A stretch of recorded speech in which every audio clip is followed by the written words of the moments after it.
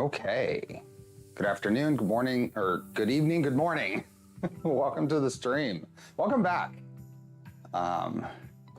Jeff, I'm Michael, I'm Panzerkaden, hey, PF Dennis. We are continuing the Shapeoko Pro XXL build today. Hopefully finishing it. Make it move, maybe make it cut, depending on how bad it is on stream. So, hey Scott, hey Jose, hey Paul, hey Kevin, and Chris. Yeah, I know the timing isn't perfect, but I figure this isn't main content. I need to get this done, and the weekday is the only day I'm gonna be able to do it, and I work, so I appreciate your patience. Hey Shadell, hey Nick, and Brian, and Andrew, and Christian, and Lucas, and Poity. Hey BA, and Weave, and Jose, and Glengus. How is everyone doing this right now? Let's see here. Finalize a down under friendly stream. Yeah, see? This is good. Every stream is good for somebody, right? So, do what I can. Hey Dutch Dude. Hey Alan. Hey Slim Gig and DXR and Emmanuel. Jeremy. Adam. Jeff and Scott and Live with Will. Live with Will or Live with Will? Hey Chuck B. So, let's see. When we left off, we made some significant progress. It's not a very complicated build. Probably a few hours concentrated build time. So we're getting there. The motion system is all together. The wiring is in place but not hooked up. It's been pretty good. Hey Golden Jaguar, no problem. I saw you live. I wanted to stop by and say hi. So, hey Nathan, hey Sambo, hey JP, D. Rokla, and Patrick, and Valentin. Something to listen to while working. Awesome. Yeah, it can't be perfect for everybody, but, and there will be weekday streams going forward. If I want to share something, and I have a full Sunday schedule. My Sunday schedule is booked for several months, which is a good thing. I have things to do. So the extra stuff just has to happen on extra days, extra time. So, hey Jokernut. Hey Christopher. Is it just me or does anyone else think of the old electric company mirror frame when Steve greets everyone at the start of the stream? Yep. First of all, is the audio better?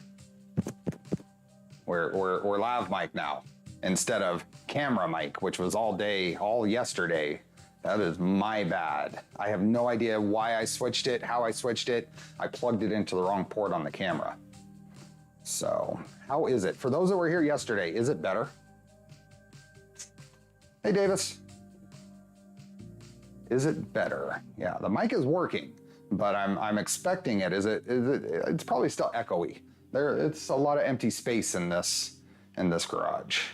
So, for those that are new, I normally stream. My house is configured with a about 10 by 17 single car garage where I normally stream from. And that's where all my printers are, and that's where my computer is and that kind of stuff. That's kind of the clean hobby workspace. And then this is 90 degrees to that, and it's a two-car. It's a 20 by 20 two-car garage in here where I have like drill press, table saw, and now a gigantic CNC table. So, much better, not near as much echo. Awesome. Awesome. I will try not to make that mistake again. So, hi OGK. So yeah, we're in a different location. Figure it was a good opportunity to show off the space, see what a stream looks like over here, what I need to do to make it happen. It is a bit of work, and it's going to be a bit of work getting the other spot all set back up. So my car is out on the driveway, where it's probably going to be for a good while. And yeah, so, and then the reason we're doing it this in the weekend and not whenever, or during the weekday, is the Shapeoko router I have here, I received on Friday. Now they have a really cool benefit to purchase in that they have a mistakes are on us policy for the first 30 days. So I really wanted to get this up and running as early as possible in case I goof up, and hopefully I can be bailed out on that. So that's funny, Andrew. Hey, Happy. Where's the 5 horsepower spindle? So this does have the Makita clone router, trim router on here now, but this is going to get a spindle. It's getting a spindle as soon as it comes back in stock on Shapeoko's site. So mostly for the noise. I turned this thing on last night after stream, and at full tilt, it's pretty darn loud. At minimum, it's not too bad. So, and I also bolted up squared the gantry.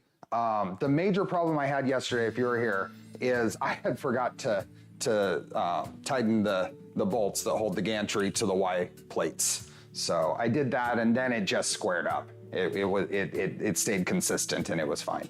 So 3 garages and no space for cars. I prioritize the build space. So, hi, Lewis. CNC, yes, CNC over car. Although I like my car. Even though I want to get rid of it, I like my car. Hey, Pex Peppers, you're here at the beginning. It's perfect. Yeah, the other router might. So hopefully the spindle comes into stock. I can get it in here quick. And you're also right there, Patrick. Some sort of enclosure is in the plans. We'll see what I can build into this table here. So, hi, Mitchell. Let's see. So, let's see where we're at. So I had brought up, I do have the ability to share the screen for the instructions. So that's what this is. And we squared the machine. I think I had gone back a bit because I missed squaring the machine in the appropriate spot in the instructions, but I've gone back and done it. That's all done now. So the mechanicals, the motion system, that's all in place. So I think we're on to putting the spoil board stuff into place. So let's just see, make sure I didn't miss anything, kind of skim through the instructions. We've got some connectors that can plug in. I'll do all that in the wiring when we put the controller on.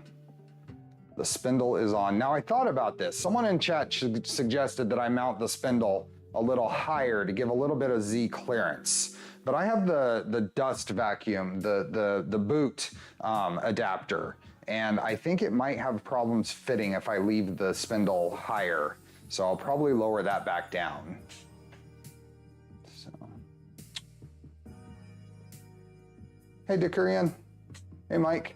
The shop vac is going to be quite loud as well, unless you build an enclosure for the vac. I have a fairly large, I have a rigid 6.5 peak horsepower, 16-gallon shop vac that is not too bad. It seems to be less loud than the smaller vacuums. So, yeah, the enclosure, big thing for the dust, and it'll help with the noise too. Hey, Smalls. Hey, R3D. So we are here, and we did cable chain stuff. And I guess we're on to the hybrid table is what they call it. So it's a bunch of aluminum extrusions that bolt down, and then some MDF slats that go in. And that gives you some T-slots to bolt things down. So it gives you a lot of options for work holding.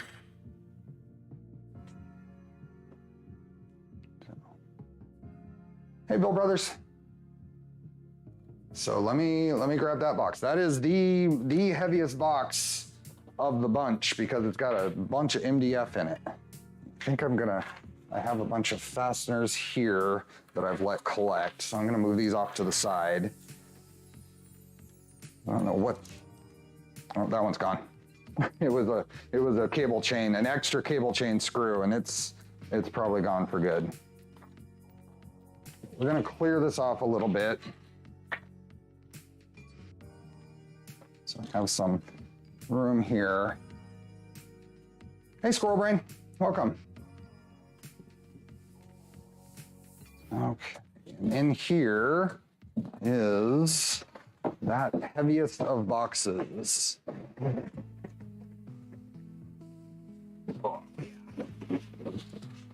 This is about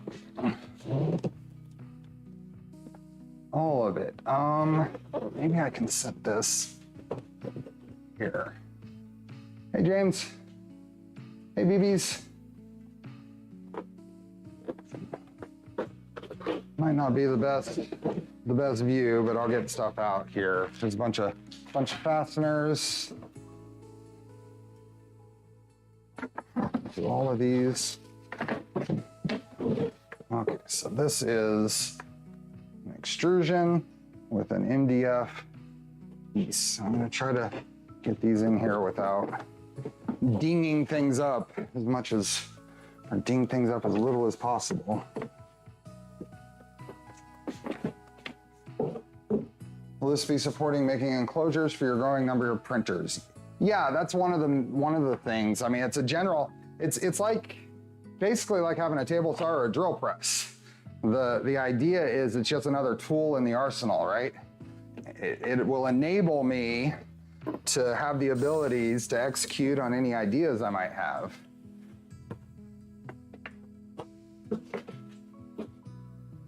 Hi, Wayne. So it's nice and clear. There's a lot of dust in here, so I'm gonna grab a towel again and wipe off the dust so I don't get it trapped between the extrusions that are gonna get bolted down.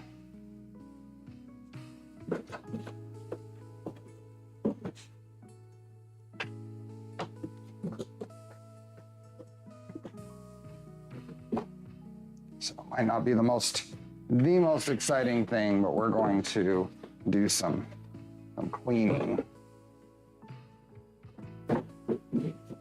Just grab a towel that's over here.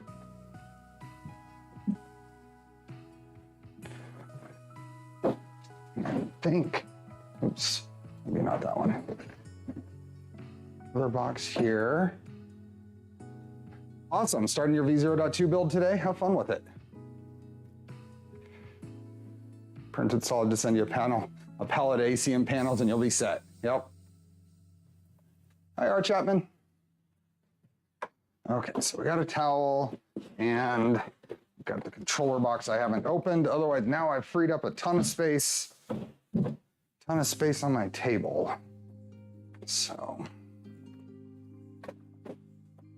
put that there. How to unlevel your router bed. So I think we're just going to take all of these out and just kind of, these don't matter. They're going to be dusty no matter what.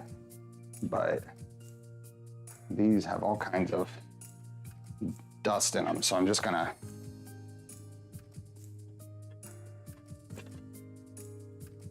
wipe them off a bit. Let's make sure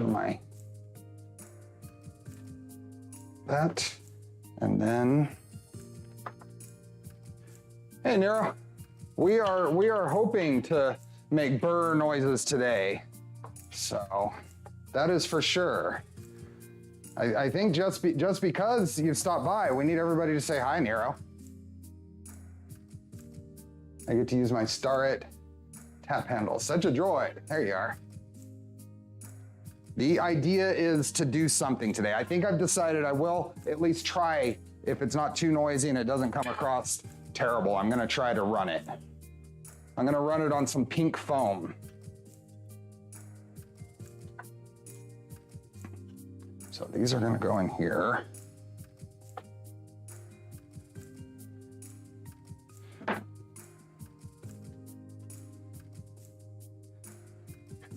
Yeah, thanks for stopping by. So what is the machine that you're doing the carbon fiber stuff on? Because that's looking really clean.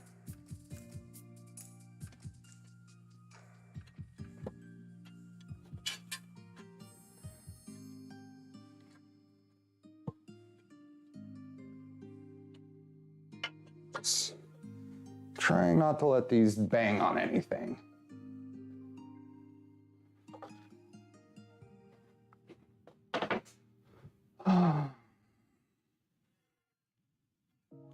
Whew, all kinds of MDF dust though. I don't want to get that, as much as I can avoid it, I don't want it trapped on the, in between, in these spots.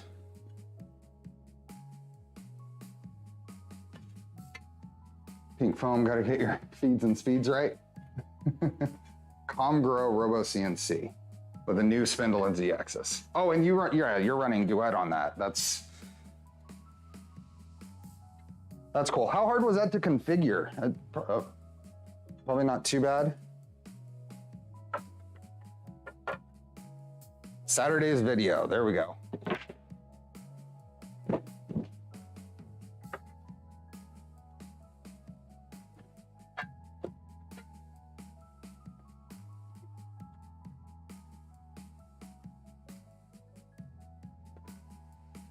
Oh, you are more than welcome to self-promote here. That's not a problem.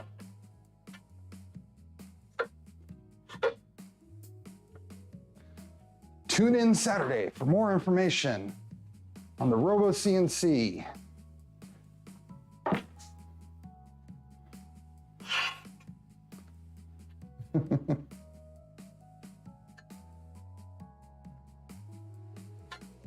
These are beefy.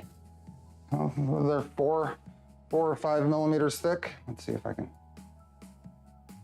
get a little bit of a view there.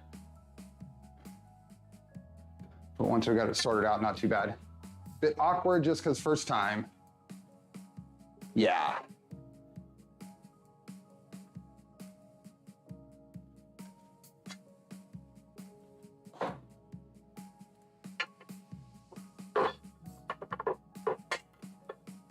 Go.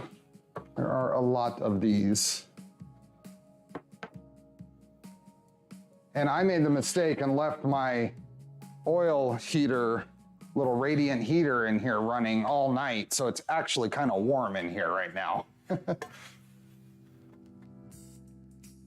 Hey, David. Hey, Extra Mile. I'm wondering if the drag train screw is caught up in the drag chain somewhere. Couldn't quite see it in yesterday's stream. It's very possible. I can't imagine it's gonna cause any real problems, though. Those are tiny screws.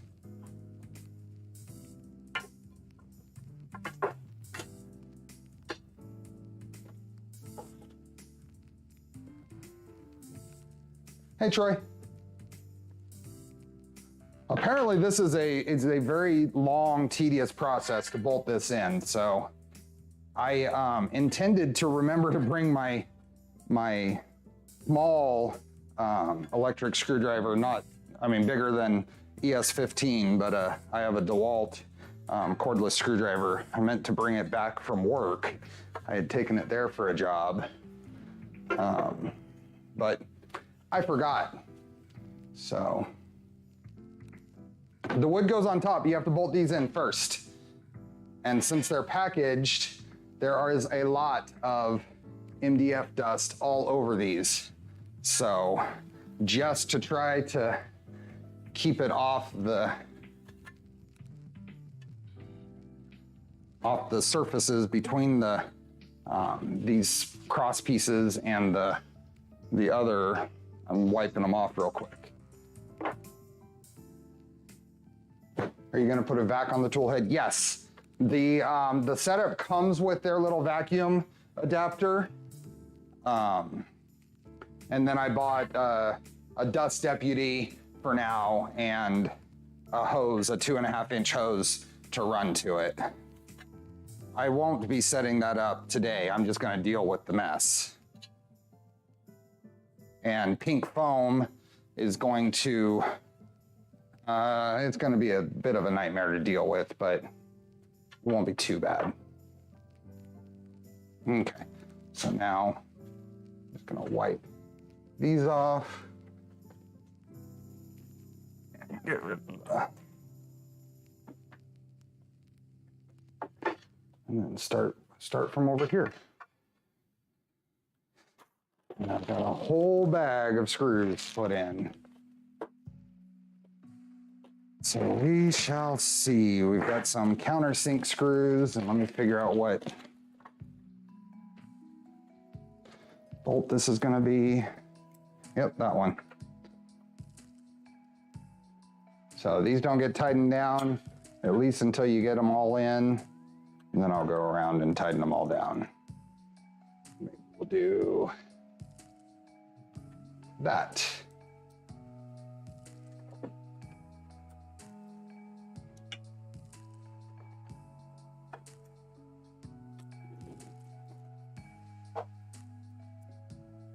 It is a lot of aluminum. The whole thing ends up weighing like 160 or 170 pounds.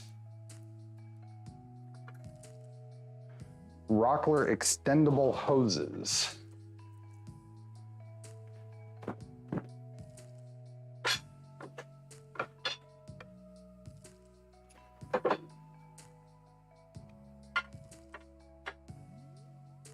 Kind of good. Oh.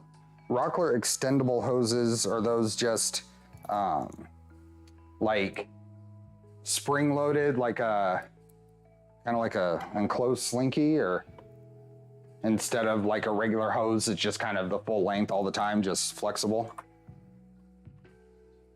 Hey, John.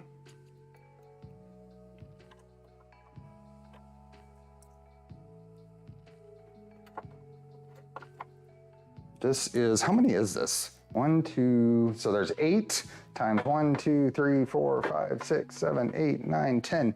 80 screws we're gonna put in here real quick. I guess real quick is very relative.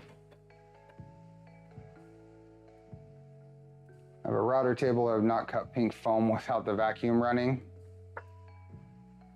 Well, I don't, we'll see. Maybe I can hook up some rudimentary vacuum. Maybe I can get it going. But you're right, it might be worth, it's probably worth attempting to get it all set up. It won't be with the Dust Devil, but maybe straight into my vacuum, which I'm gonna replace the filter and the bag on before I really set it up with the Dust Devil anyway.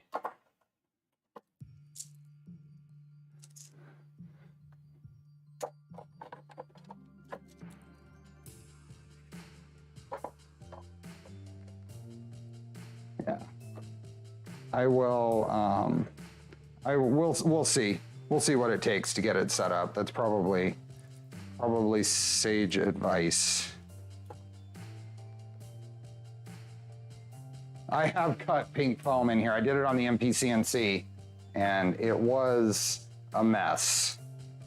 But this is assuming I can get everything hooked up and my laptop set up to run it.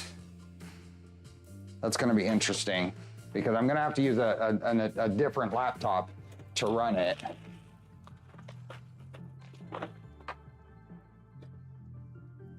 That can go away, and I think we're okay here. So I'm just gonna ramp through these and keep an eye on chat.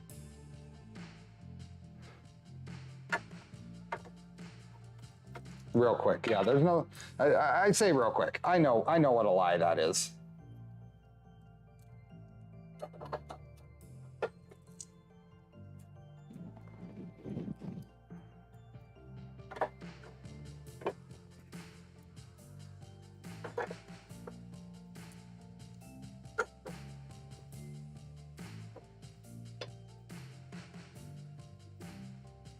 Once all of these bolt in though, it's supposed to really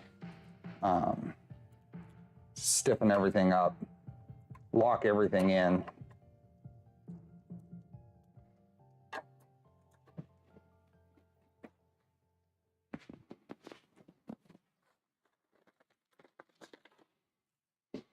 Hmm. 80 screws, yep. I'm doing it. Your skills in Fusion, you'll be able to print something for your vacuum. I think I have all the things to be able to do it. It's, all the adapters come with it. Hey, Doom Paints. Comical CNCA. Heard it's a real cut up.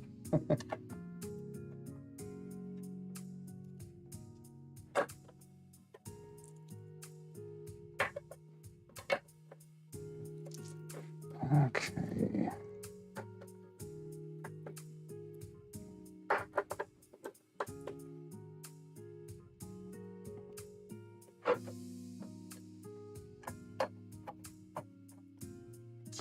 Does anybody have any suggestions for early cool projects? My first cuts on here, if it works out, if I did it right, I think you'll enjoy. So I'll save that though until we're there.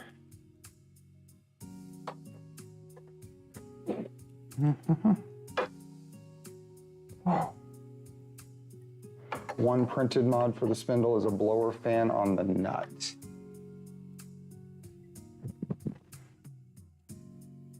Oh, I have, so the other thing I have that I bought that doesn't come with the kit is all the stuff to do an air assist for when I'm doing aluminum to blow chips away, to clear chips. Squirrel house. That's funny. That's funny. I haven't checked. I didn't have enough time to check when I didn't have enough time to check to see if the squirrel had attempted to get back in. Charlie logo. You know, I do want to do my my logo, my channel logo, and maybe paint it up and everything. Yeah, there you go, James. We're on the same track. Engrave the pinouts for the Tridex on the bottom plate. Could do that.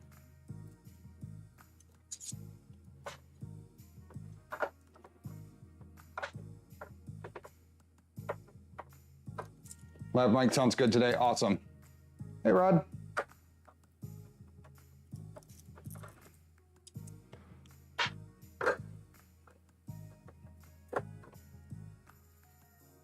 .3D puzzle, okay.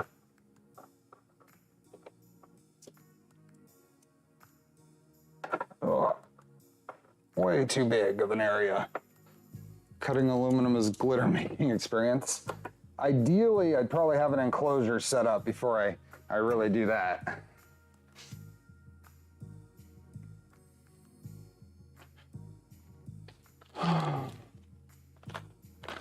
We use 5950 WD-40 and water to cut aluminum in the factory. Yeah, I won't be doing any liquids here because it's an MDF spoil board, but I hear just air assist helps. I use a CPAP blower and hose for my chip clearing. Works way better than the factory option. Okay, hey Jeff. I actually have a CPAP machine. I had extremely severe obstructive sleep apnea. Several years ago, I was diagnosed with that and ultimately ended up getting my 2.5 times oversized tonsils removed. And ever since, I do not, and I don't snore anymore. Hey, Palpist. We're almost last 5, 4, 3, 2, and last one. Now they all have to be tightened. So that's just putting the screws in place. Now they need to be tightened. Whew. When slotting aluminum, chip removal is key. Yep. Okay, so I think I'm going to start around these middle ones. Make sure they are straight.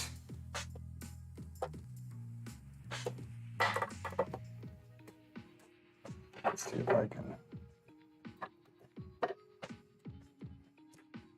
do like this.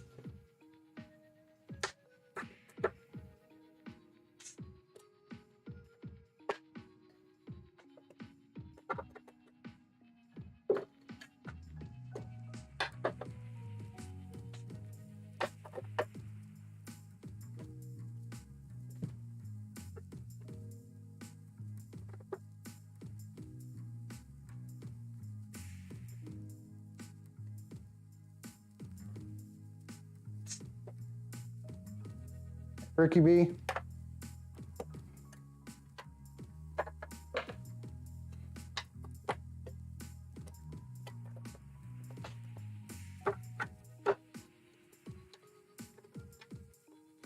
Didn't destruct on my CPAP, just bought a used blower from eBay. I'm sure I would have to sleep outside if I didn't wear my CPAP. Well, mine is no longer used, hasn't been used in years. So it's definitely something that could be utilized.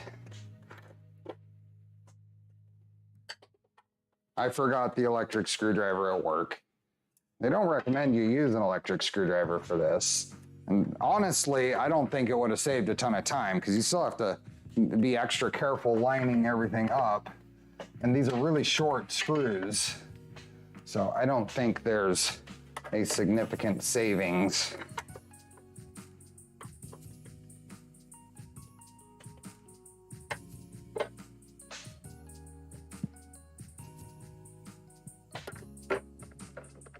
These are really short, so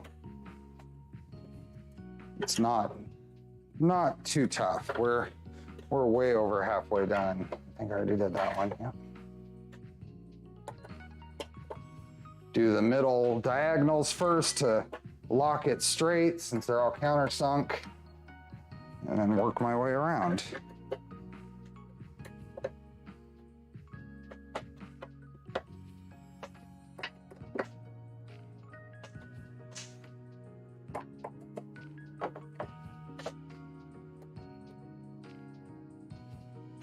Kill me if I, oh, yeah.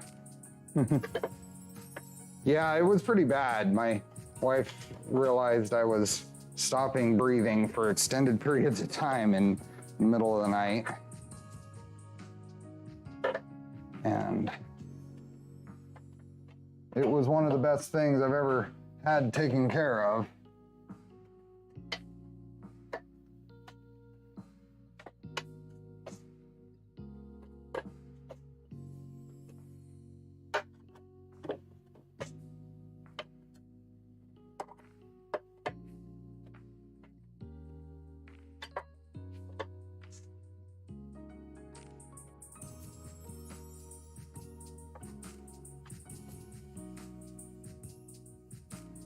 Do the butt joints form the T-slot? Yes. So right in between here, there's room for some T-slot nuts. Okay.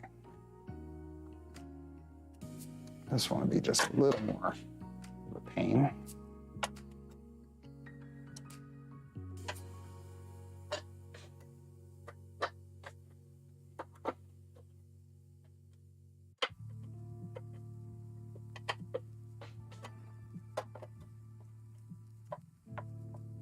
Yeah, if you don't get good sleep and you snore and any of those kind of things, it is very advisable to seek the advice of your family doctor.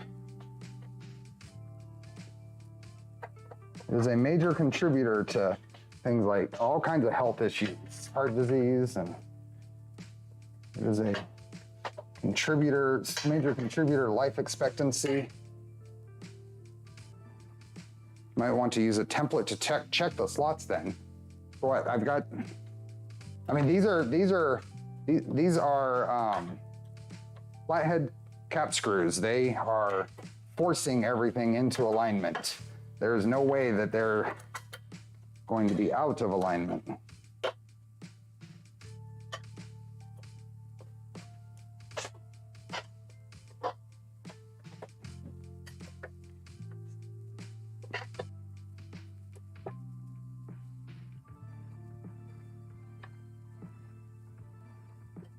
Yeah, I was very fortunate that my mine was all caused by my tonsils, and they really, the doctor said they were 2.5 times the typical size.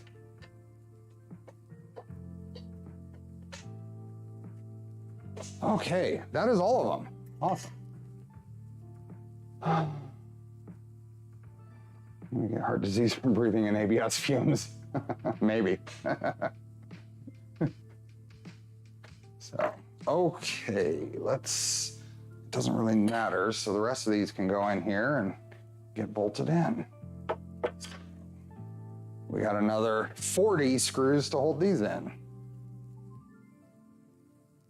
I do want to wipe the bottoms of these off just to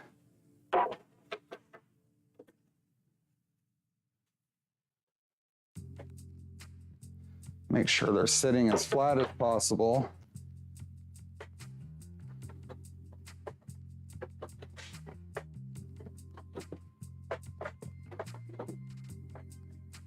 Nope.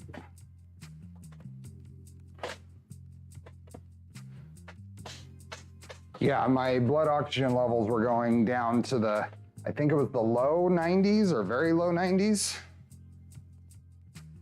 It was classified as extremely severe, is what they said. Extremely severe. Didn't you already have a CNC router? Yes, I had an MP CNC. And it was just, the bottom line is it was too much of a project when I really need a tool. So I was spending more time tweaking it than actually cutting. So I gave it to a friend. We gave him an upgrade, yes. So I purchased this, but I would not have purchased this without you all.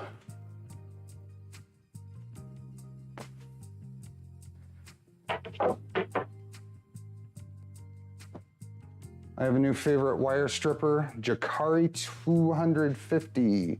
Perfect PTFE strips every time, nice.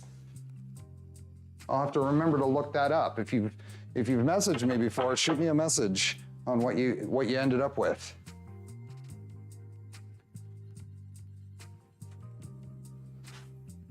Yeah, this is 33 by 33 inch cut area. It's way bigger than I had. My criteria was 24-inch square. That was my minimum that I wanted. This is a little large actually, but that's okay. Okay, 40 of these.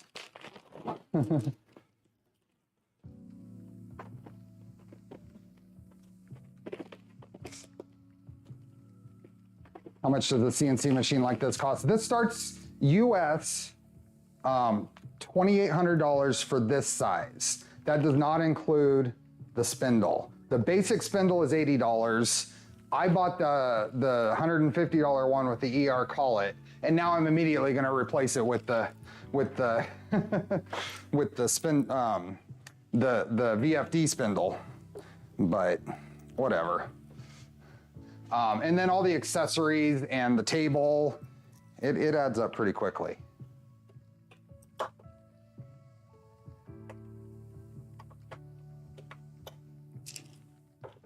Let's just...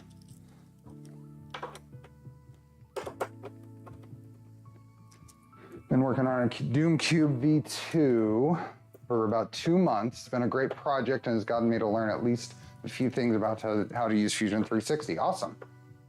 Looking like I'll finally finish next week. That's awesome. I have not done any of the Doom Cube stuff.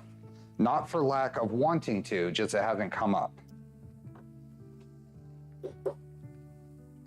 Oh, uh-oh. I left my phone in my pocket. I just heard the ding and I left my phone in my pocket. We know what that means, so let's get it out of there.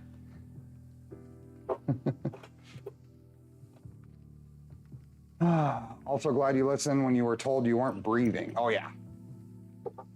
Took years for my dad to believe my mom. Did you? I have not bought any extras. Well, I did buy the basic plastic extra clamps from Carbide 3D for work holding, but I have not done anything else. I figured I'd look at the DIY options before I start spending big money on work holding, because really this is just the beginning. End mills and work holding and all that, just it all adds up quick.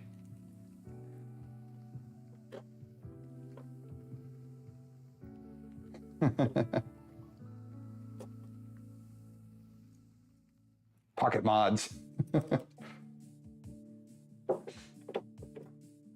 That was hilarious last time. Hey, Major. Where are we at? We are doing good. I'm looking forward to Sunday's stream. We are going to hopefully finish off and get both extruders running on the Tridex. I have some pre-stream prep to do before that'll happen, but I've got some time to do that tomorrow.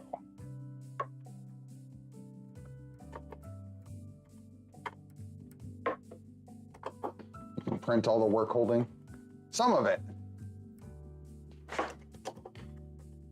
The machine is the cheap part, the tooling is deep, dark, and bottomless rabbit hole. That is so true. I would love to do, one of the other things I would love to do in the shop is get something like, even a manual, like a Precision Matthews, like what Blondie Hacks uses. That I think would be fun, but that is a very deep, bottomless hole of tooling and accessories, so. It is cool to do, the CNC stuff is a lot of fun, but to certain things, just manual milling looks really handy to do. Let me figure out how to get a contributor badge on Discord. How does that work? So you be helpful, just participate in the community. Participate in the community. And when you want to be considered, then open a, or for the helping tickets, for the helping role, open an admin ticket. For the contributor role, just be helpful. Participate in the community. It'll happen eventually. You'll get noticed.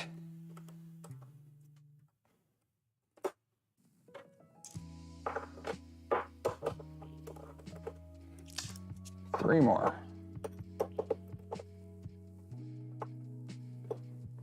Nope, nope, nope.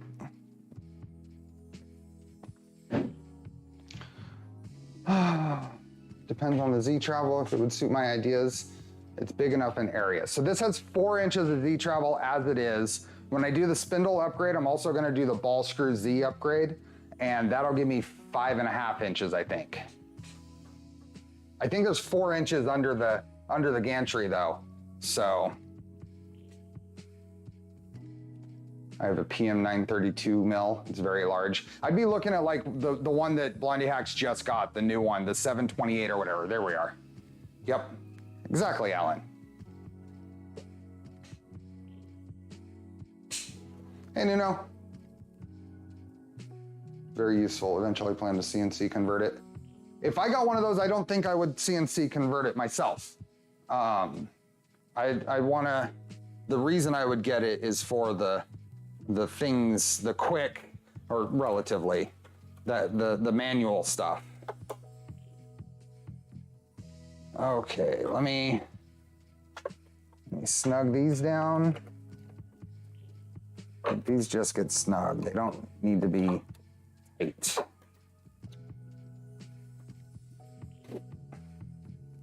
It's looking complete.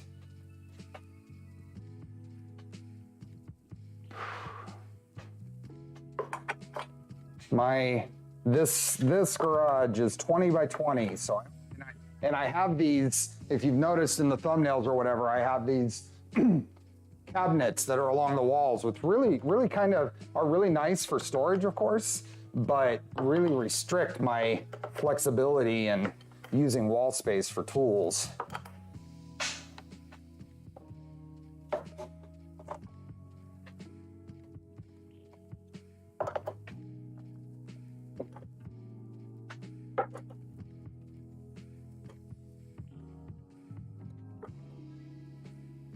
I'm using the small end of the Allen wrench here to ensure I don't put too much torque on these, because I imagine I can probably drive these through the MDF pretty easily.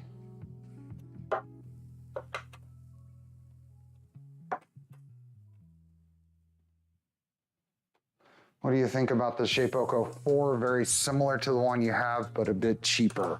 The Shapeoko 4 is probably fine up through wood and plastics and stuff, this is gonna be better to venture into aluminum, because the difference between this and the 4, I think the big difference is V-slot wheels. It uses V-slot wheels for the motion system instead of linear rails.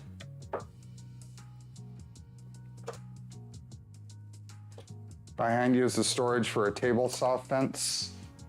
No. No, that's my roof rack for my STI. This is only like 1 Ugga Dugga. Maybe 1.5.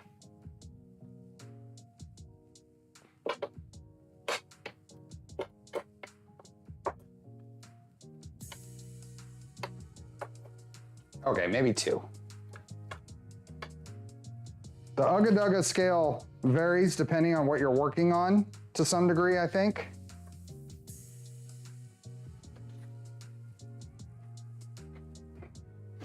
Because it's really a feel. Ugh, ugh, ugh.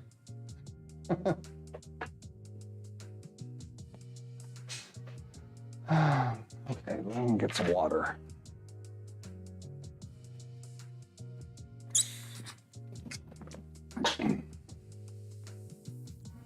Wow, this is the basic end configuration. Let's see where we're at. I don't have a spot to use my mouse now. I gotta use it over here on the side.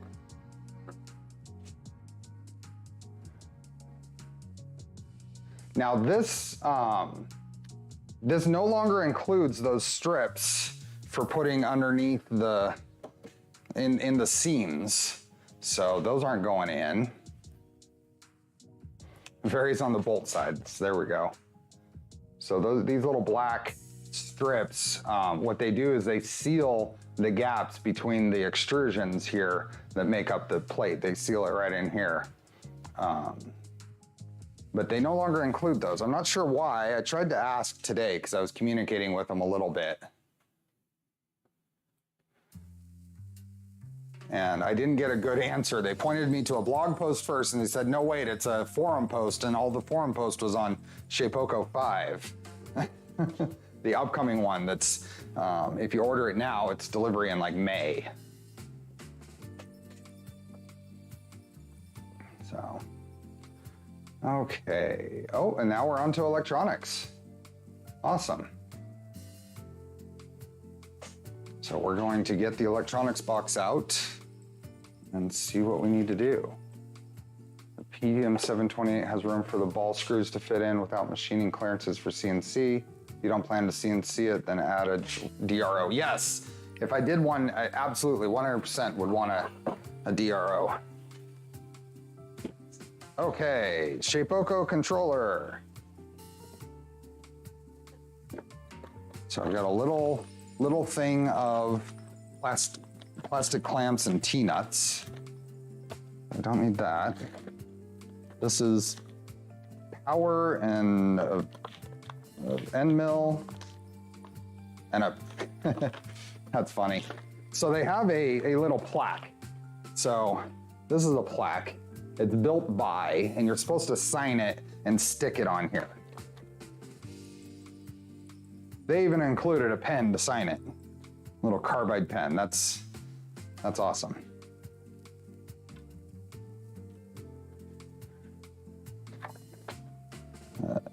Quarter-inch, this is their 201 flat end mill. Looks like 3 flute. That over there, power cord and USB cable, and that's a trip-light USB cable.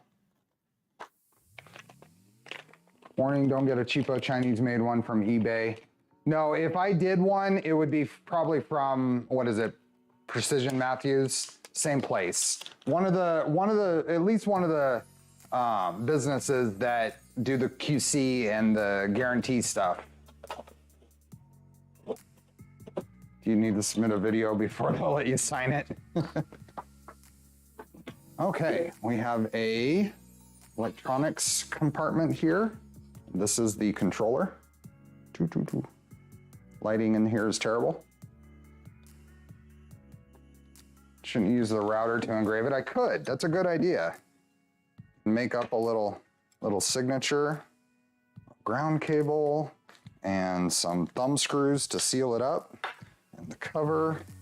And then these are standoffs. I think it goes over here. So I'm gonna move the camera, the webcam over there so we can at least see what I'm doing.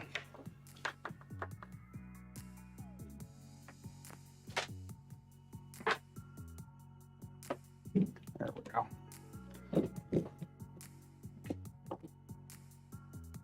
There. Never had a DRO except in some machines I operate. Put my logo on the tab. There we go. That's a good idea. Really like the Amana Spectra coated bits. They really are excellent tooling. I'm gonna need to look into bits and stuff. So we're gonna do some wiring. So I think this is the power adapter. Yep, so I'm gonna leave it over here. We're gonna grab this, and I guess I'll put this over here and the controller. You won't be able to see me, but I'll still be here. Of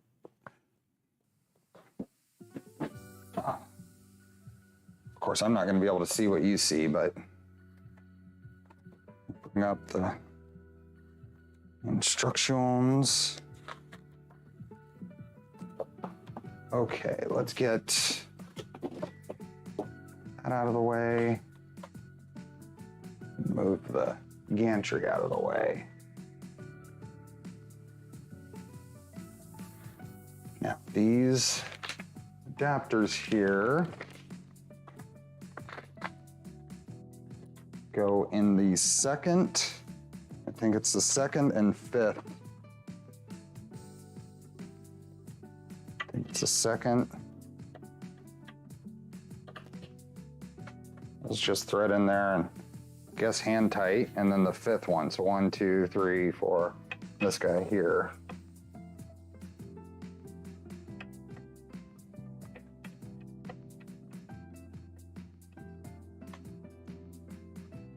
Good luck with the build, Steve. Sleepy time for me. See you, Squirrel Brain. Thanks for being here.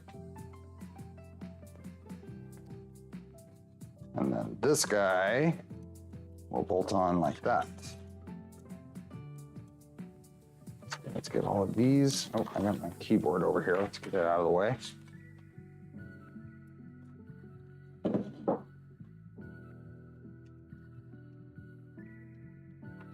Let's see. This one? Yep.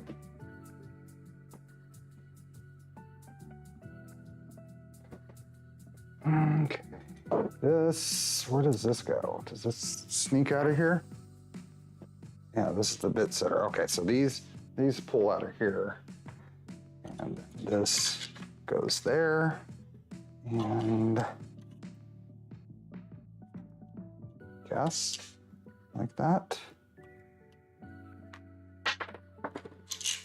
Oh crap.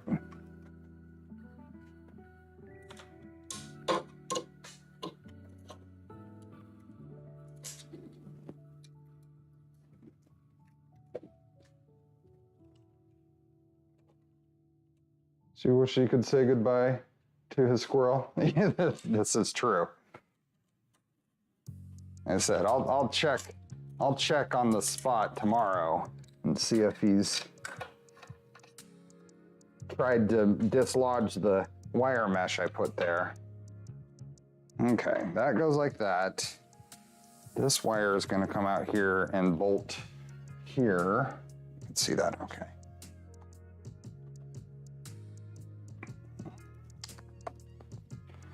Grounding wire with some bolt. Let me find this bolt, the screw for the grounding wire.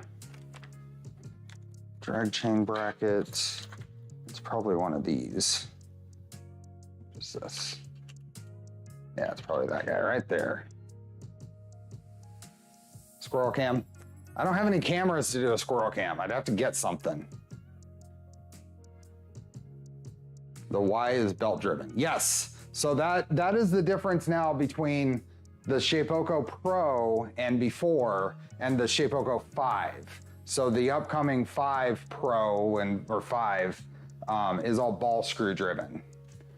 But this is still belts, but they're 15 millimeter belts.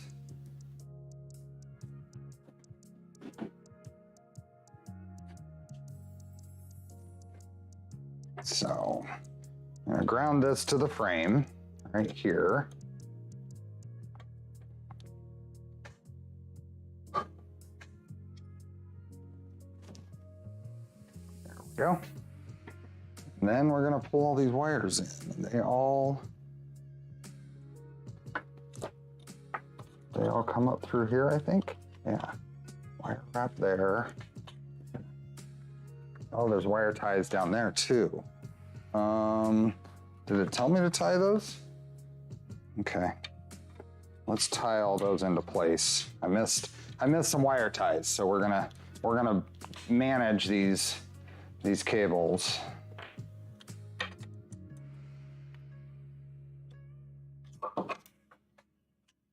Squirrels will eat the camera. That's probably true.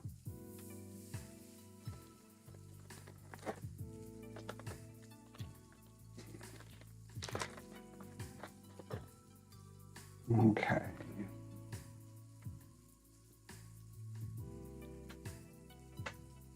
How we do that? That's fine. All of these come through here, so let's.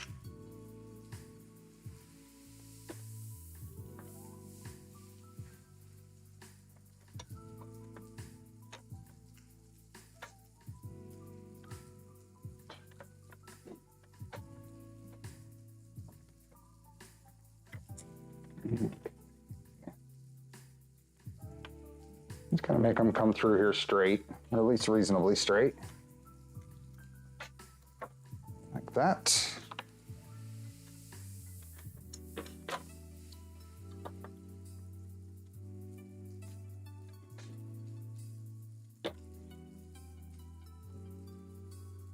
Into pre-charge pneumatic rifles. I do not own any firearms. I have nothing necessarily against them. I grew up around them.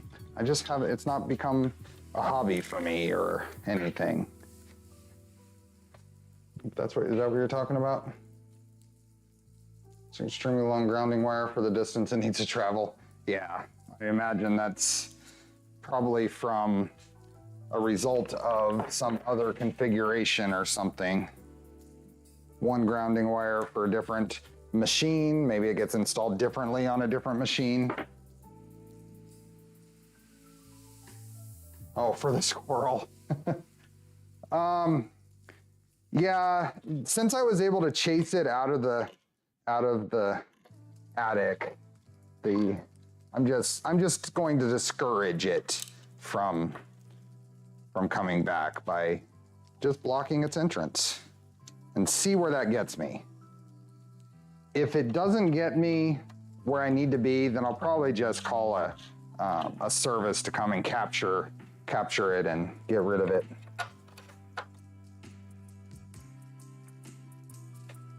How are we doing on the, everything good?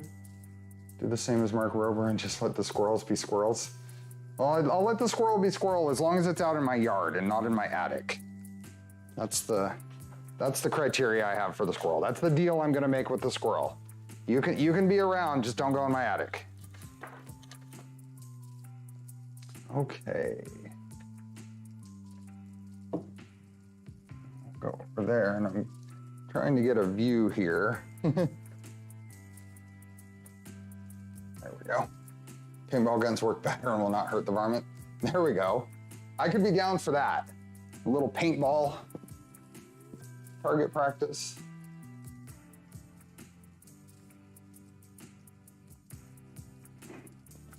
I like squirrels, especially gray squirrels, the big gray bushy tail. But this one's a little, he barked at me. He cursed me out big time, twice. Okay, bit setter and power. let's see where these plug in. Bit setter. So let's take these here. This one is labeled. Oh, it's a type of cable. So that's the bit setter. That goes there. And power goes right here. This is going to go up in here. I'm just going to stay tucked in.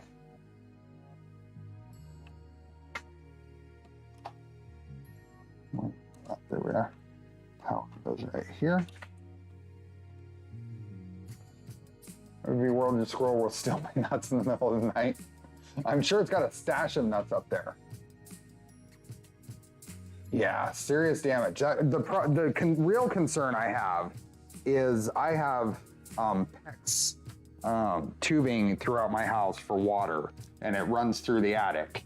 And if squirrels or rats or something get into that, I'm in serious trouble. So X motor, let's see. Okay. Don't know what that one is. That's Z motor, that's Y right motor, that's Y left motor, and the X motor apparently is right here. Okay, X motor goes right there. That's gonna come in here. And then Y right.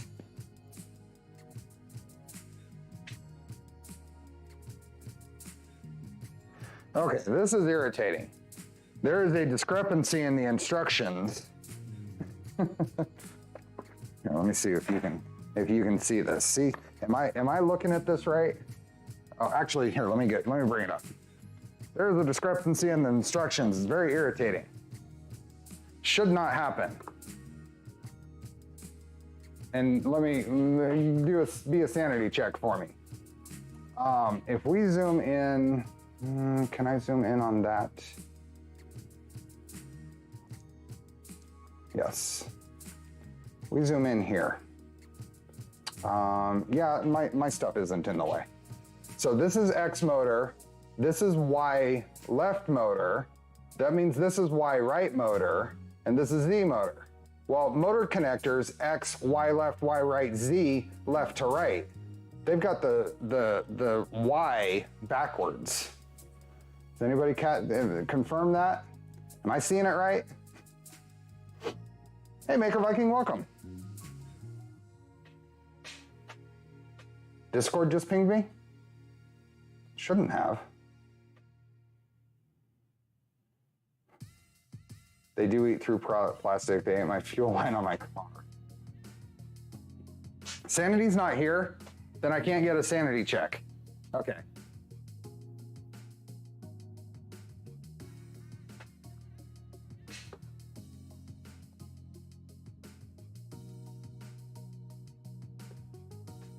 So I'm going to plug it in like the picture is, I guess. Let's see what this says up here. Plug the 4-pin male stepper motor cables into the top left labeled X, Y2, Y1. Y right motor cable into Y1 connector. Okay, so the text up here and the picture are correct, or match. This is all that's wrong. So I'm gonna go with majority rules and put it in that way.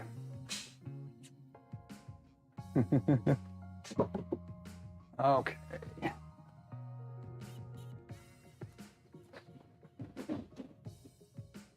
And yeah, there's not two end stops on here. So honestly, it might not matter, but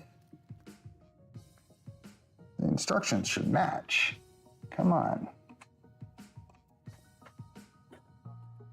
Y, that's Z, this is Y left. And that's Z.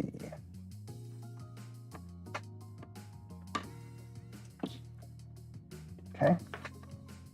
All of those are just gonna go up in there.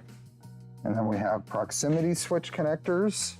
So is that, which one? We have Z and X.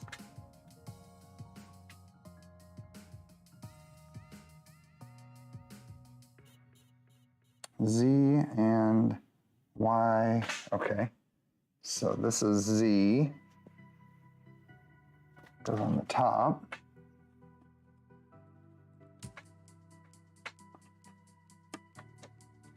Z, X goes on the bottom. And then Y goes in the middle.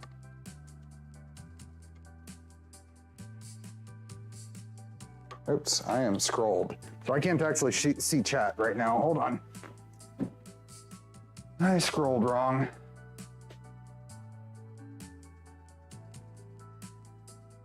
Berkeley just stole a full can of Mountain Dew from the box, poked a hole in it, drank it all. You go take care of that. Have fun. Their wires don't match their text either. I think it did. Y right and the Y1. So swapping the Y shouldn't matter, I know. I hear that the new stuff is gonna have individual sensors for Y though, so it'll auto D-rack. So it might matter later, but it'll be a different controller at that point probably. It's a picture that's wrong, yep.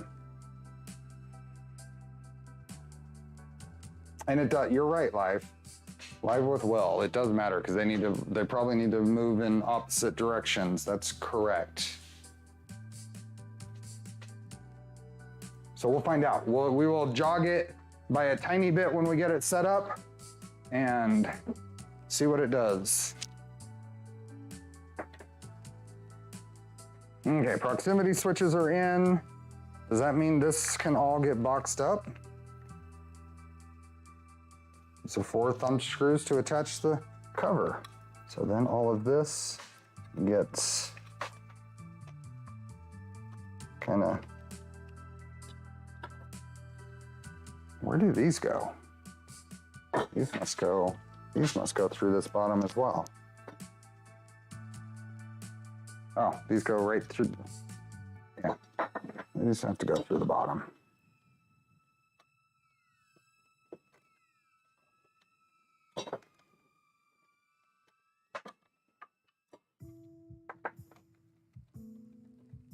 Let's do that.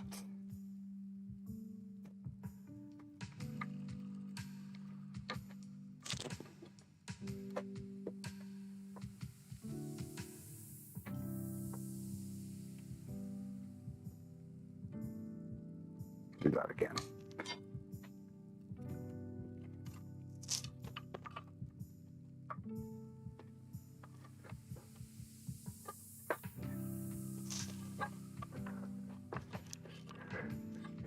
There we go.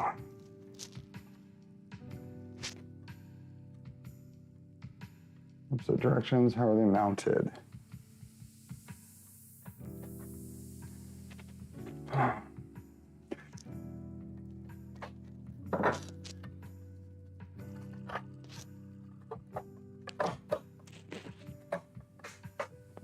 And then I've got a few thumb screws here.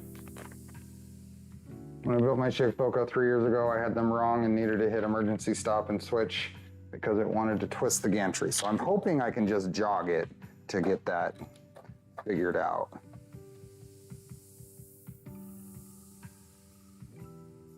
And then swap them if I need to.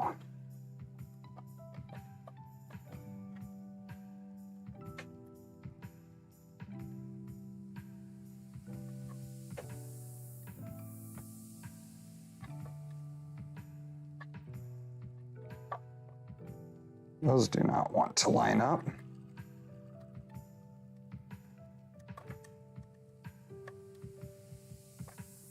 Why is that not lining up?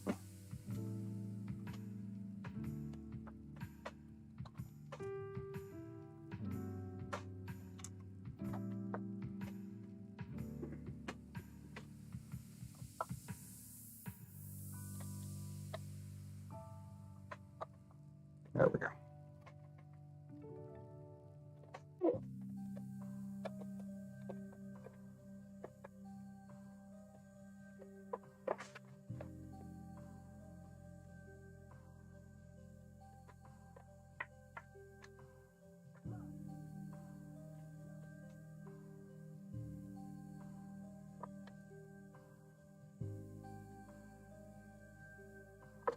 There we go.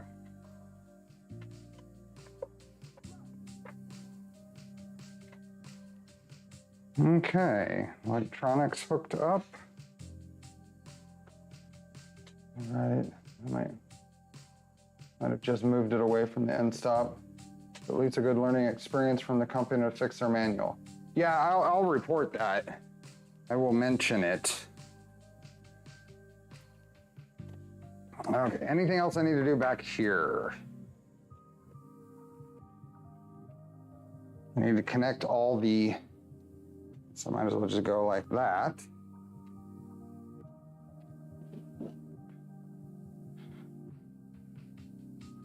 And we're gonna connect all of these up.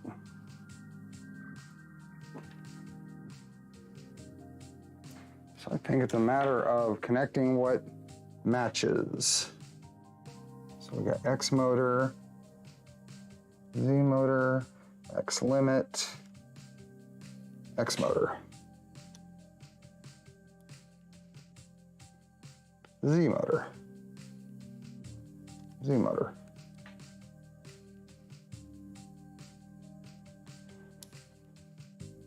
And this must be the X limit,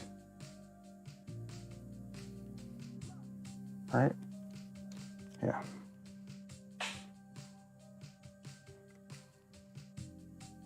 Well, see what it says. What else is coming out of there?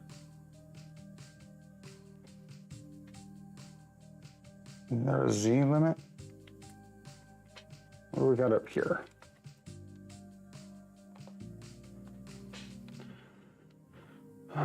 Z limit, okay. That's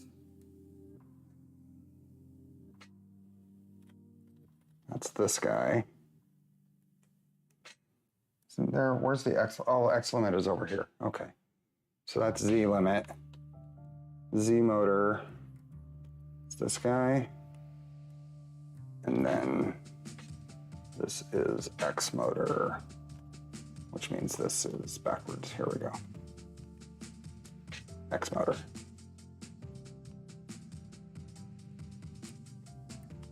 They are all genuine Molex connectors, at least. It's all MF3 stuff. That means that this is Z limit. X limit. Let's make this Z limit. Okay. Z limit's on here. X limit is over here. So X limit is this one. And then,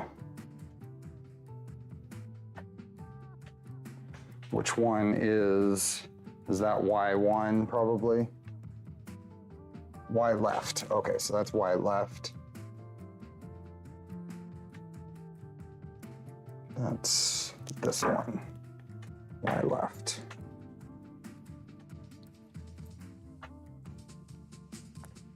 And Y right, okay. Okay, these are not gonna be pretty yet. We need to make it work. Oh, and looks strange. I think there might be an issue with gantry weight or transferring the motion to each end of the gantry efficiently. X, Y right, Y left, Z. Okay, that's what I did. I did what you just wrote there, Bear Cool.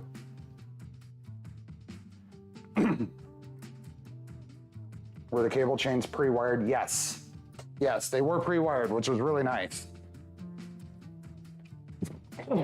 Excuse me.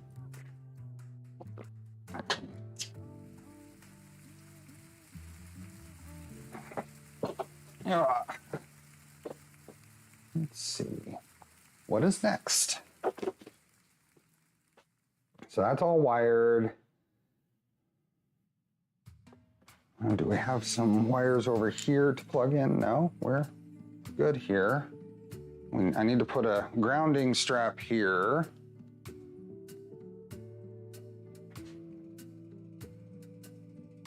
On the side of the tool head. See if I get the right. Nope, wrong screw size. This one.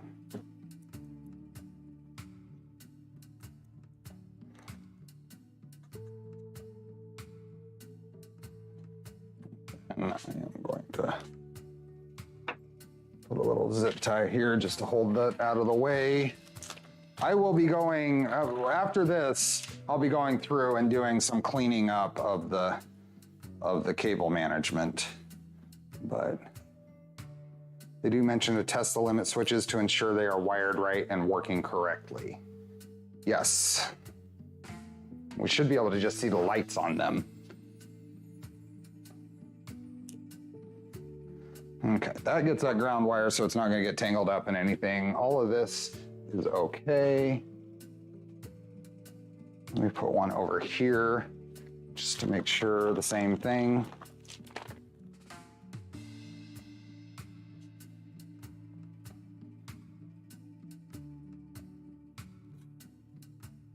Just lightly attach that.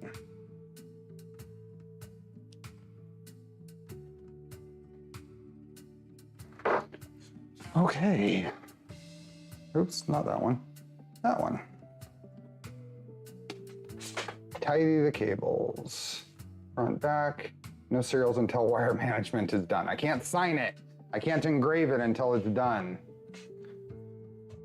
But I think everything is in place. Everything's hooked up. All the connections are hooked up.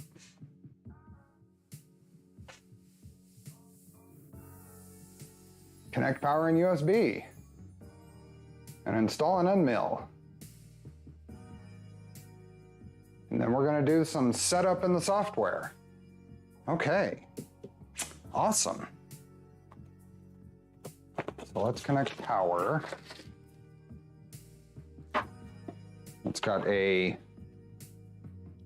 power switch here with a switch in it, a power brick.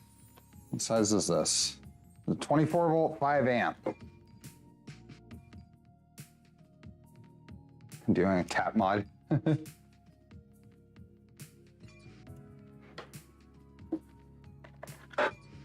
Okay, this is going here, and so my challenge here is I have a separate computer for running this. I'm not going to be able to easily run it off of the, am I? I don't think I'm gonna be able to easily run it off the streaming laptop. So we may have to do some point a camera at the display shenanigans or something.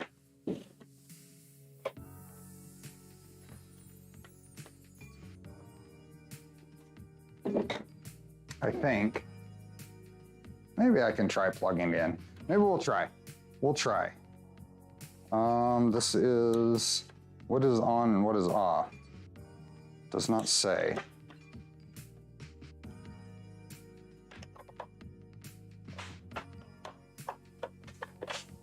Okay. That does that. Let's see what happens when I turn it on. Does it do anything? Let me grab this. Close to burr time. Okay, I've got the main switch over here and turn this on. Oh, there we are. Okay, is it gonna try to do anything?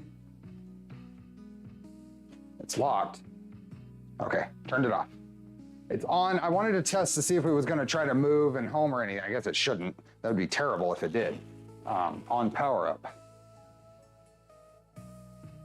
You can use TeamViewer and share the TeamViewer screen to stream. Setting that up right now, that would not be fun. So why don't we look into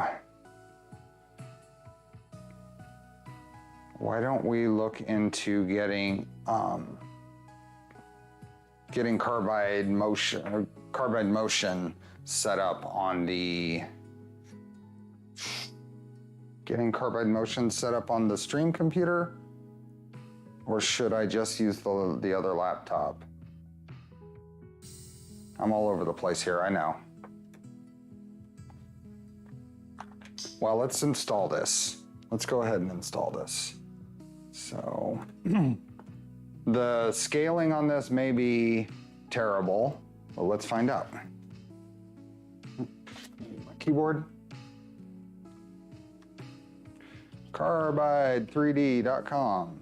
I didn't already install this, did I?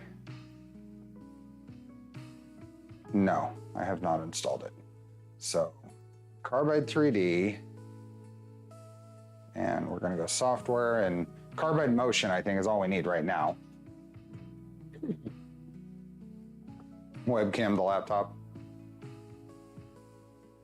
I don't think you'll have an issue running it on your streaming computer, but I wouldn't run jobs with it. Okay, get Carbide Motion. We're gonna get the windows down. Zoomed way in, oh yeah. Well, I'm standing at least 5 feet from a 28-inch 4K monitor. So I have the scaling set to 200%, so I can actually read chat from here, and everything is ginormous.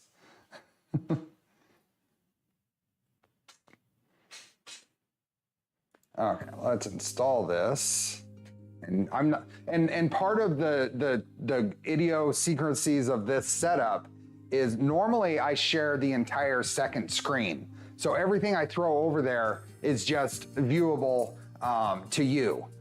But because I'm using chat on the second screen, and there's no way I'm gonna read my laptop screen over here, I have to, it's not gonna be great. I'll have to say what I'm sharing, actually tell OBS what I'm sharing each time. So I'm gonna get this installed, and you can't see it, but I'm installing Carbide Motion right now.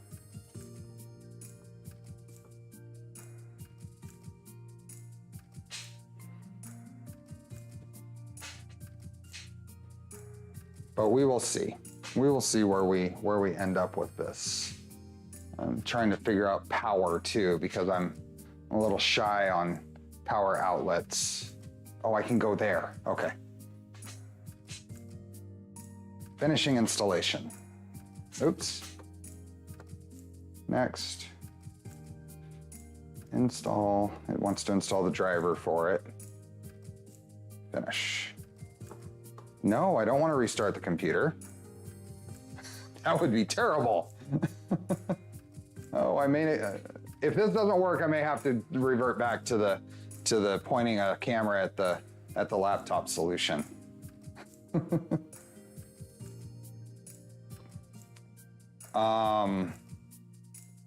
Let's start this up.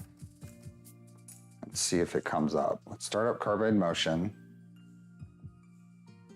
And if you give me a minute, I will tell OBS to share this. I'm gonna tell OBS to share this screen. So add, say window capture. I'm gonna name it.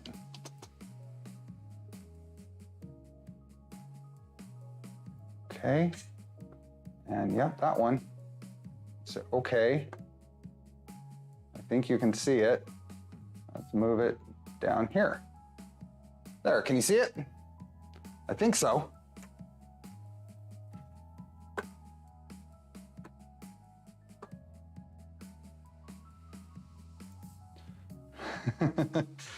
Okay, I think that's working. Now, I need to hook up the USB cable to the laptop and see what happens. Not connected because there's no USB cable.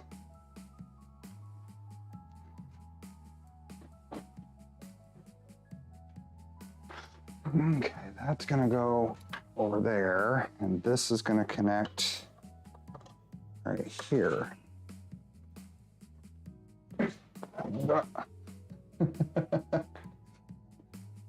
This is comical.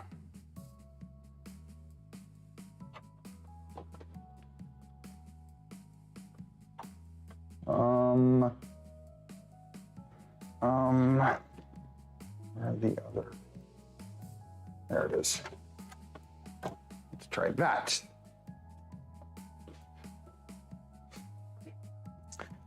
And I'm gonna get ready with the power switch here, and we're gonna turn it on. Can you see me? Oh, there we are. Okay. Now, is Windows going to pop up, or am I gonna have to reboot to get the driver?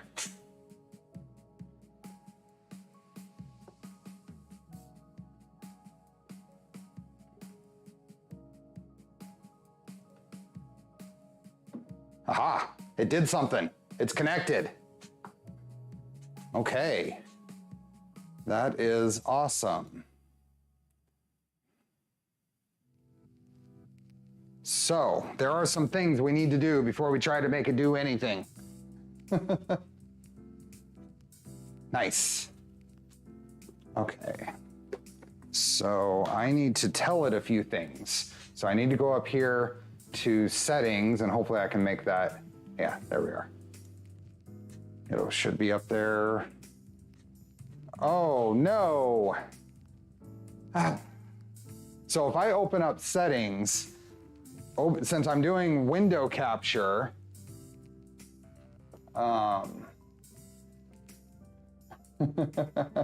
this is fun. That's fine. Random name for the window. Say okay, and okay.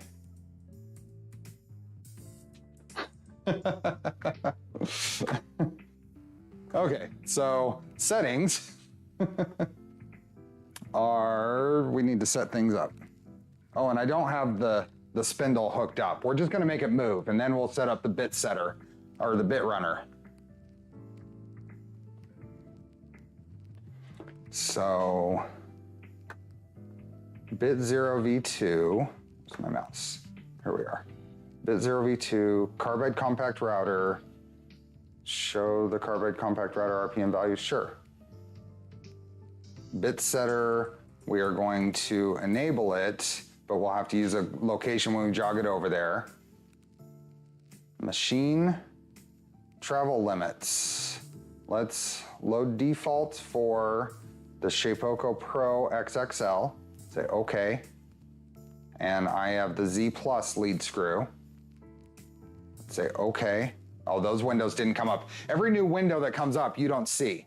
So now it's loaded in the defaults for the travel. And then the user interface, I'm okay with all of this. Options, machine, okay. Send configuration data. Select machine type, Shapeoko Pro. Say okay.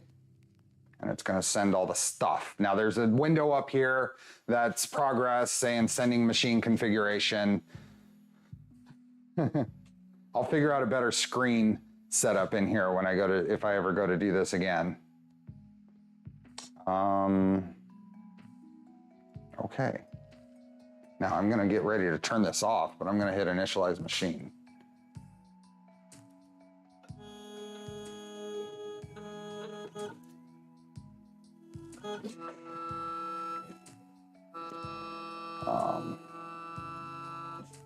That's going in the wrong direction for a Y homing. So that means that the Y must be backwards. The Y connectors must be reversed. So I E-stopped it.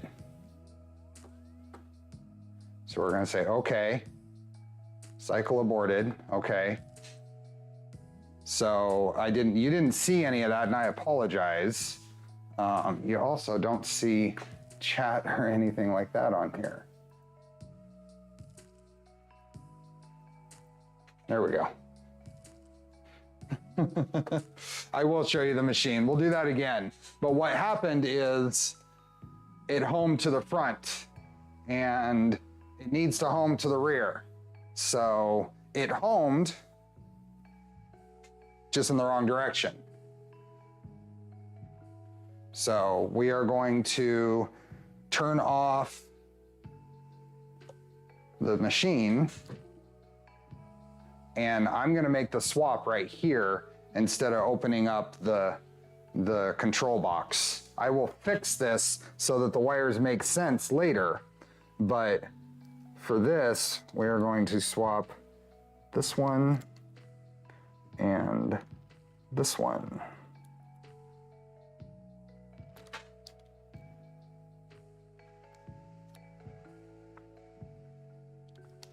So it turns out the overlay on their instructions was correct, and the overlay was correct, and the two other things were wrong. So let's go back here. Since you probably want to see things rather than watch a configuration screen, I'm gonna turn it on. I'm going to, in the software, hit connect, and I'm gonna check my settings and make sure they were all good. Make sure there's still everything. Just out of curiosity, do you expect to be mostly using metric or imperial units with this? I seem to have a sharp split between 3D printing and woodworking. I agree, and I'm not sure. So machine, all of this stuff, it's saved. It seems like everything is what I left. So we'll go okay, and we'll initialize the machine. Now it's homing in the correct direction. I've got my finger just on the power button in case it decides not to home.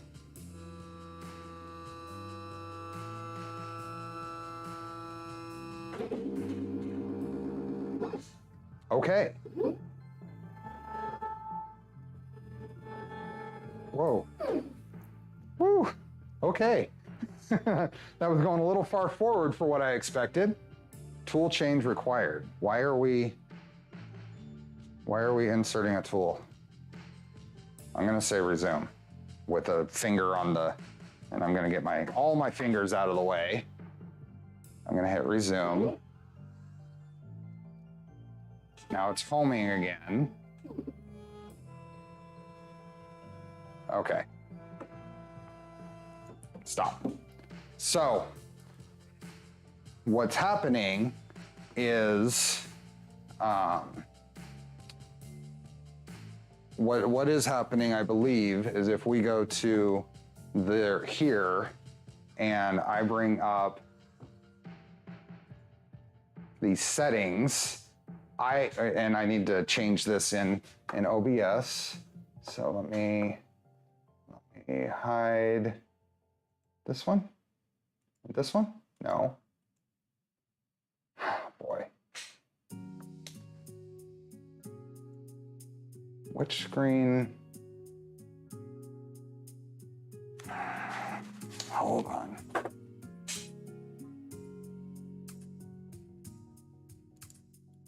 Why aren't those showing up?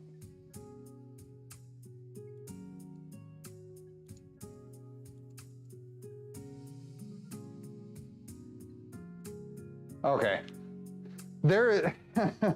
I don't have this set up well for this. I apologize. But there's another screen that's up. I said bit setter enabled. It shouldn't be enabled yet. What I need to do is say send configuration data with that disabled. And I'm gonna say okay. And I'm just gonna bring us back here.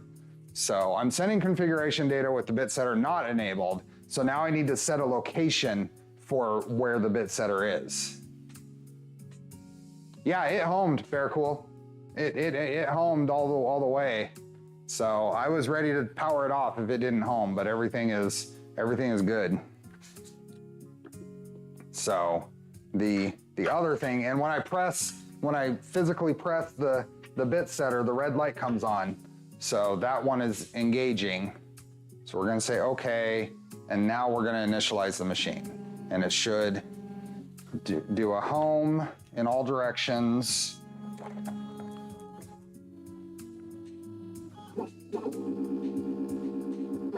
Now it's gonna come to the front. No. So now, here, you can see this now. We're gonna go to quick actions. No, where was there's a move or jog. Rapid position, and I'm gonna step out of the way, and I'm gonna go to the front.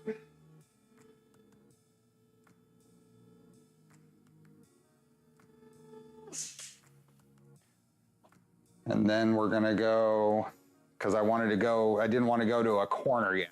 So we're gonna go to the front corner.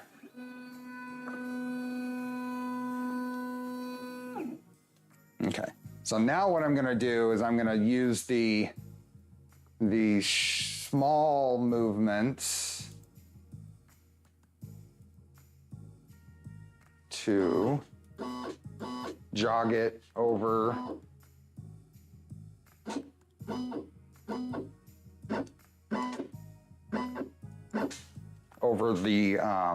the end stop.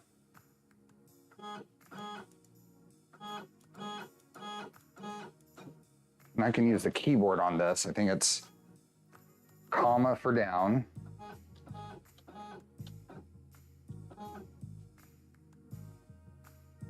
The last screen said X0, Y0, is that right? I think so. I'm just moving the Z down closer to the bit setter so I can better eyeball it. Okay. Go 1 millimeter increments.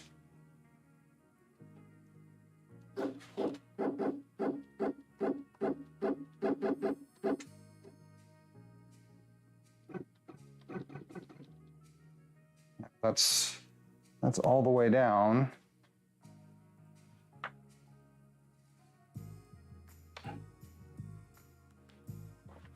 Okay, I think that's it. Set up an Xbox controller for the jogging, maybe. CNC homes to front left. This doesn't, this homes to the back right. This homes to the back right. And that's consistent with all the videos I've seen.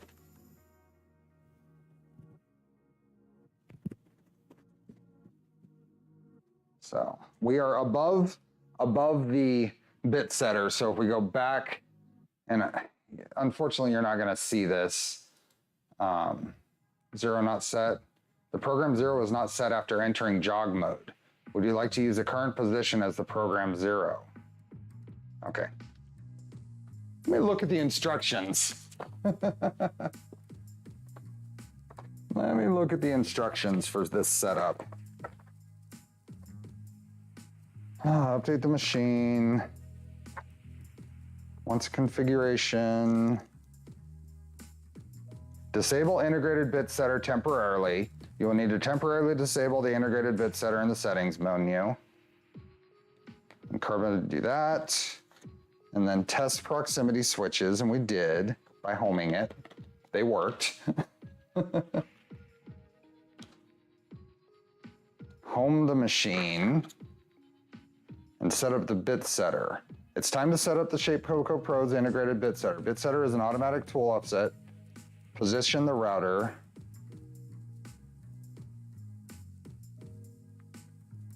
On Carbon Motion, click jog in the menu bar. On the jog screen, click the set 0 button.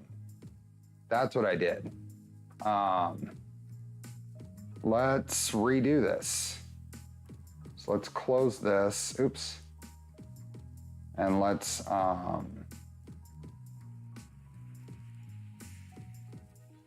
jog and let's home. How do we home?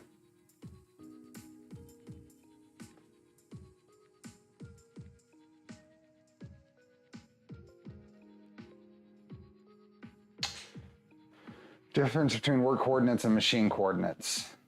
Yes. And I'm still getting used to that. I'm gonna just redo this. So let's initialize the machine. and it should home now. Let's do this the right way. What are we at? Oh, it's already 6.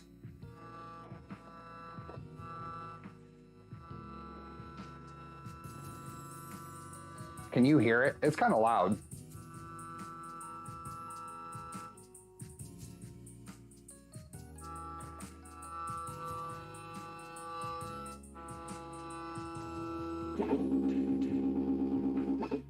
Okay, so it's homed.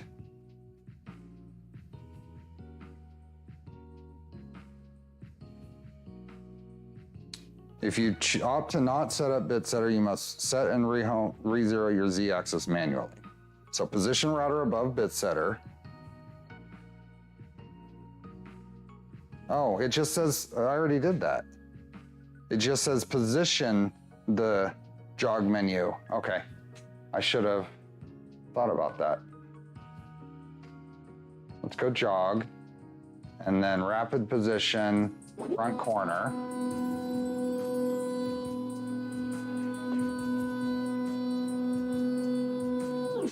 Y still sounds like it's overrunning the end during home. I don't think so. It's hitting the end and then it's doing a second slow home. And that slow home is a much different sound on here. I'm not hearing anything that's saying it's hitting an end and skipping steps. So, okay, so that's done. And then we are going to move this back.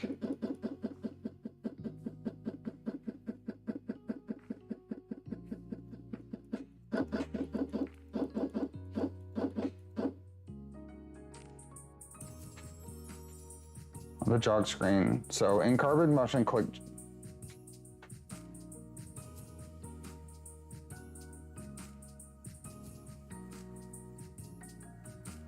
What does this say? In carbon motion, click jog in the. Oh. I did this wrong. I did it wrong again. Let's reinitialize it. It's what I'm forgetting. I'm learning. I'm figuring this out.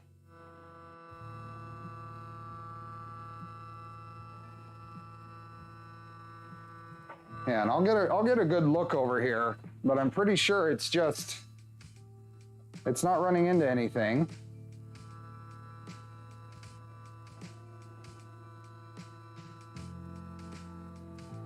Yep. It's not hitting anything. Okay. Now I need to set 0. So I go here and now set 0. Click the clear all offsets. So we're clearing all offsets and then click done. Now I can move it to the front corner.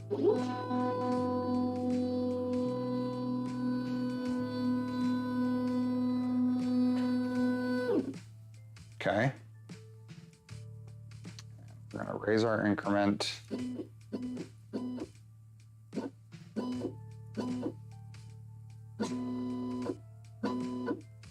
Okay.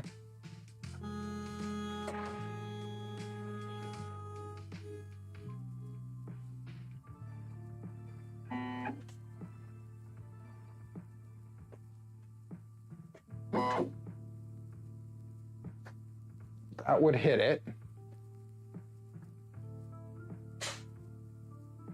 Click the southeast button. Once the machine is in position, click done.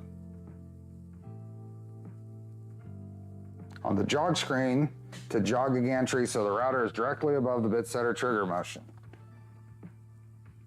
Now we click settings and enable the bit setter and use current location. Then okay.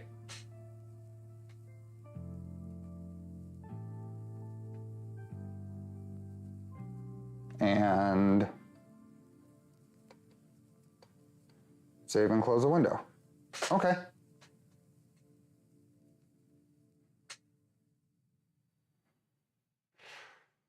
Changing offsets, etc. makes work coordinates equal machine coordinates.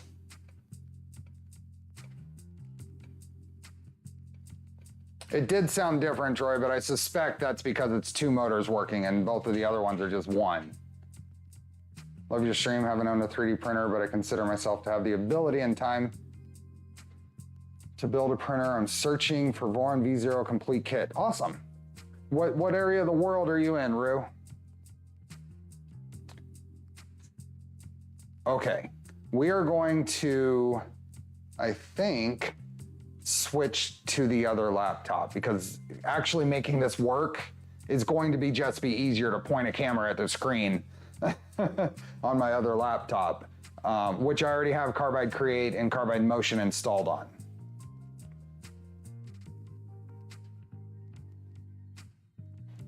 Oh, that's weird. Dan video didn't show and sound was muted. Been waiting for the stream. Oh, oops. Hey, Tuzza, welcome. Oh, Rue, you're in Mexico. What are your typical vendors that you go to? Do you have any that are available? I think I initialized the machine now.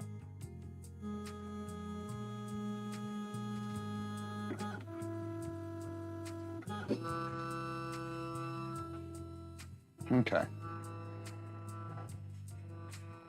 So,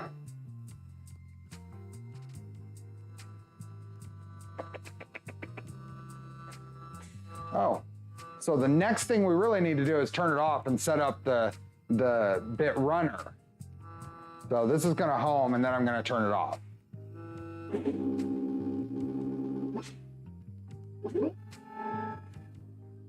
Come way up here.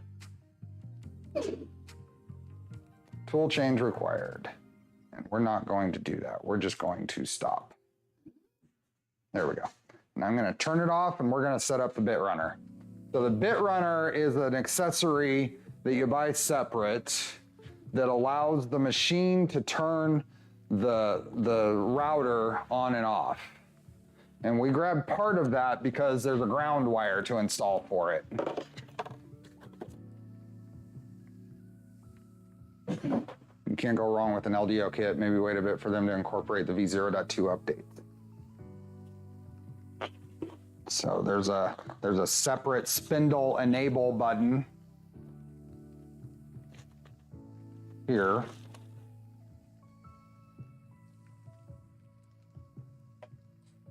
And that will mount somewhere.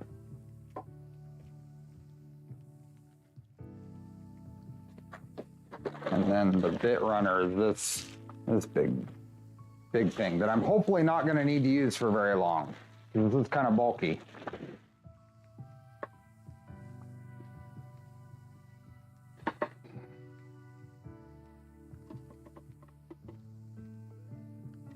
So we got that, and then we have a cable and the cable to go for the little control box. So close that. And I have another box of things. Nope, that's that. Here we are.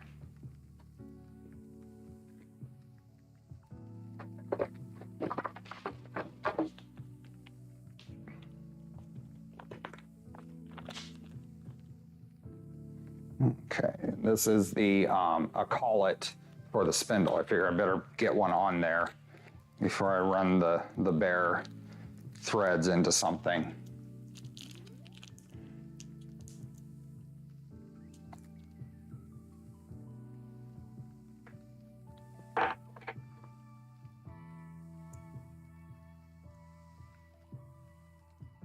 And then that threads onto the bottom here.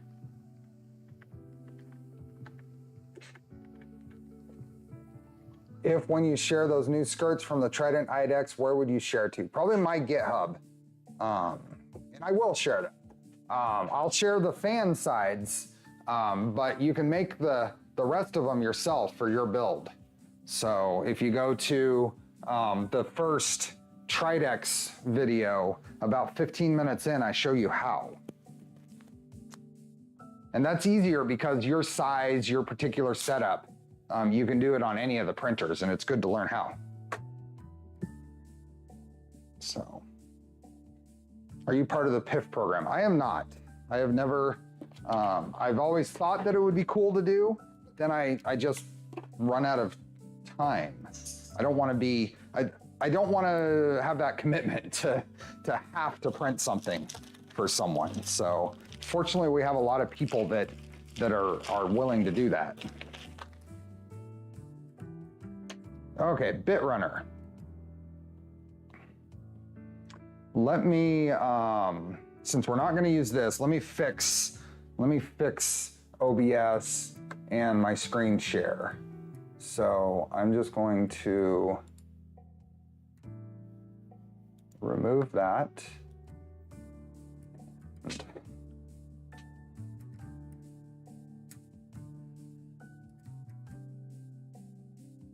Remove that. I think that's it.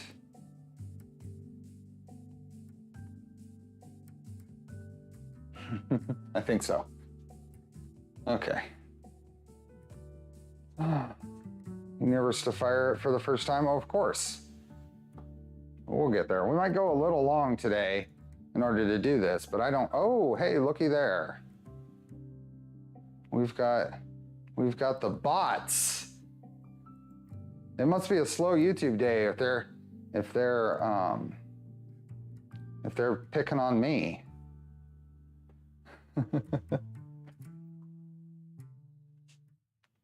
Eddie Engineer has a dedicated video on the mesh. It's a different method. Eddie's method is perfectly fine. Check them both out. They're different ways. Eddie's was done before Prusa Slicer. If you're not using Prusa Slicer, then definitely use Eddie's method. If you're using Super Slicer or Cura or any of the others. But if you're using Prusa Slicer, then the method I showed works really well, and it's really easy and flexible. Too bad there aren't any pocket moderators. Okay, we are going to go back to the Carbide website here, and can I come down here and customer portal and instruction manuals should be down here somewhere. Manuals. What made you go with Shapeoko versus others? I like the size I chose. The size, the feature set, the cost, and availability. I had this within about a week of ordering it. So now we go down here and we should have a BitRunner. Okay, download this. BitRunner quick start guide. I mean the module. I'm okay. We're good.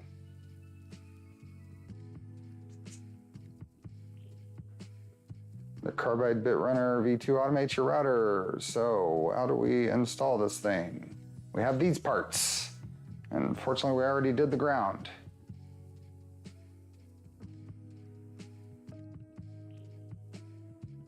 Install a new Carbide motion board. I already have the correct motion board. And we connect it to the controller. So I think this is probably a little extra easy. So there's probably not a whole lot to this.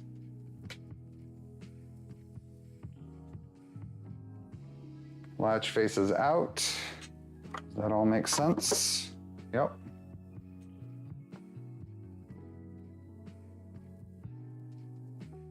And then it plugs in over here into the end. Okay. This is gonna be kind of temporary setup here, but I am going to run this. If I can get this to go all the way under the,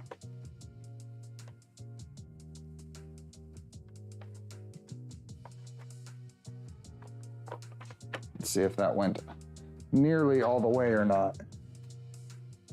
I might not be able to run it through there. I might just run it from the end then. So I'm gonna plug it into the end of the control box over here, and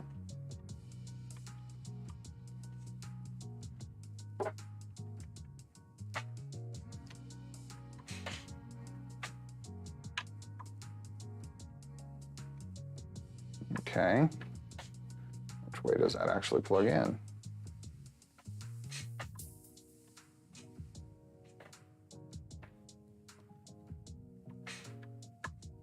Does that actually plug in?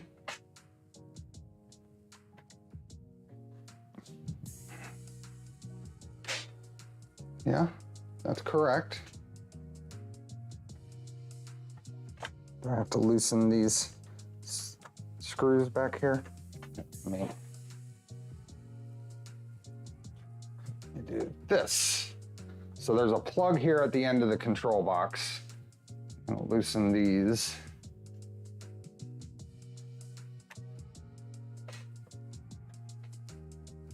Might as well switch to the Y-axis wires at the controller since you're opening it up. I'm actually hoping not to open it all the way up. I just want to plug this in with the tab to the outside.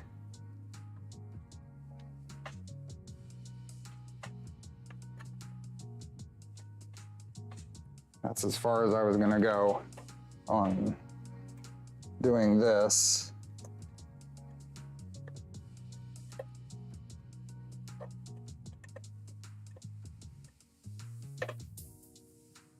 There we go.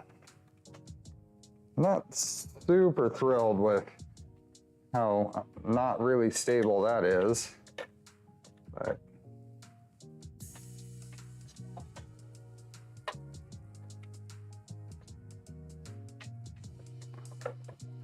everything is good. We are hooking up the what they call the BitRunner.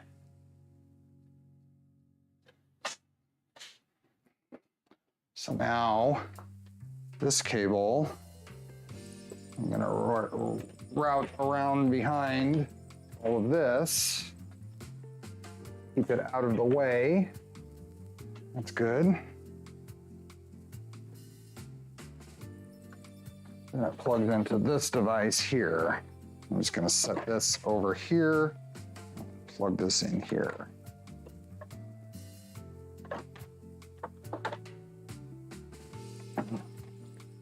And then I can plug this into the out there. And then this cable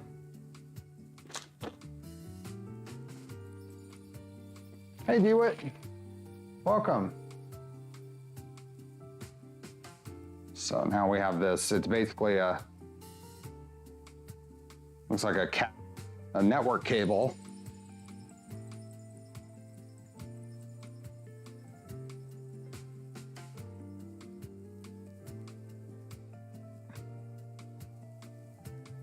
This plugs here, and then this is going to go off that way. And then on the top here, this ground cable plugs into the top of that, and then the router plugs into this. Okay. And apparently that has enough capacity to run a vacuum as well. So now this will come down and around. And I'm gonna plug this in right here.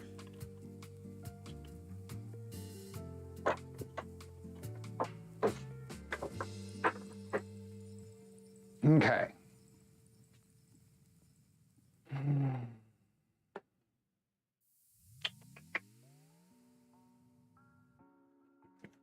Where are we at? So now I think that's all there is to this install. So we go controller, and then use a flat black Ethernet cable to connect the BitRunner to the control pendant. The two ends of the cable are interchangeable. Plug the other end of the cable into the jack on top of the BitRunner. And then connect the BitRunner V2 to the router and power, and then the grounding cable. Use an M5 screw to screw the ring terminal. We did that. And a couple of zip ties to secure it to the router. And then upgrade carbide motion. The BitRunner V2 requires at least carbide motion 4. The BitRunner is enabled and disabled via the control pendant. Press the control pendant button to supply power to the router. Okay. the red button LED will turn on. Press hold to cut power. Install an end mill. Okay. Okay, let's go back here. I am going to install a peg into the end mill. So the other accessory, another accessory I bought is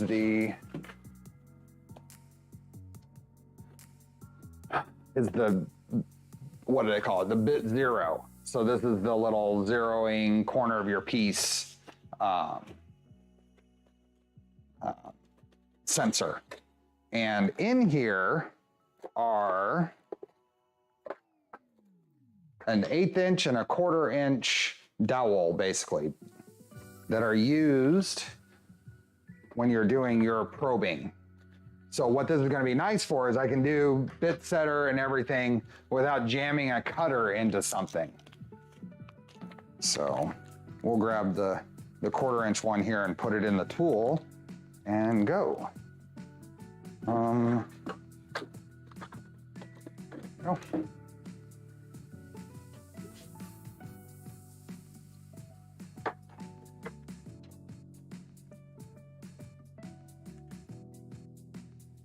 I think I put the 1/4 inch collet in here anyway. Yep. So we'll put this guy in here. The Recreator is a PT filament maker. Yes, I saw that at Earth. Let's tighten that. And now I think we're ready to do kind of some testing here.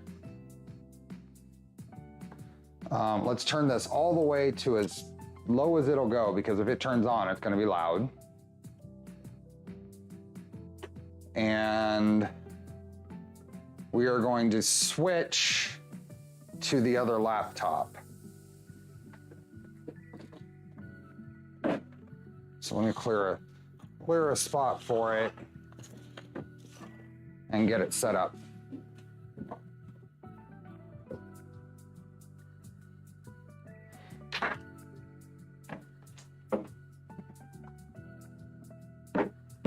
I'll get a camera set up over here in a moment.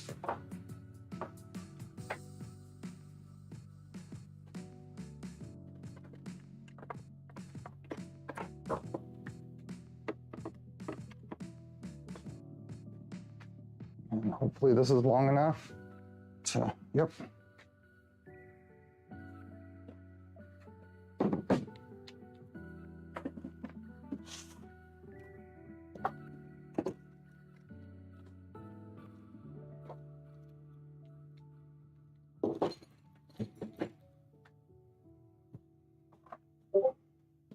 Oh, this will be fun. Hold on a second.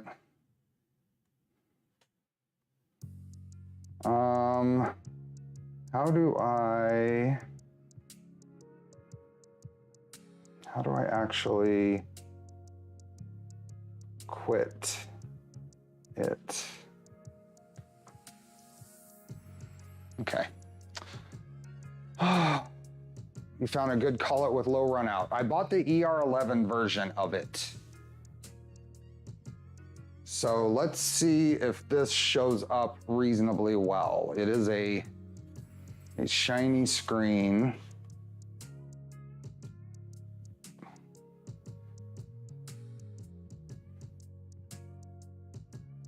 Let's go carbide motion first.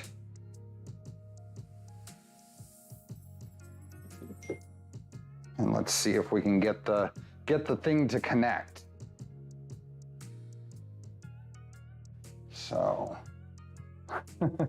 this is not the greatest setup, but okay, USB cable from here.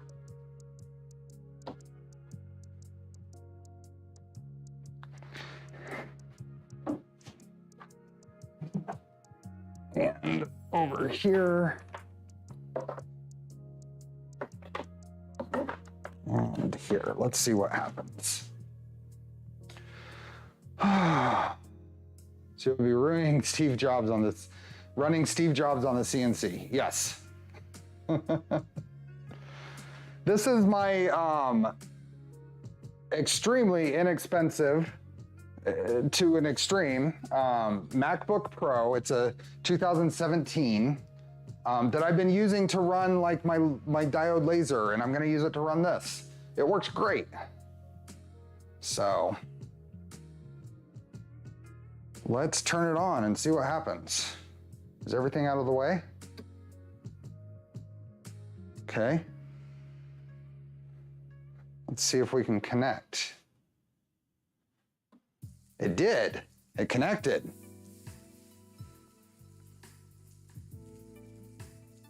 Hey, Jordan.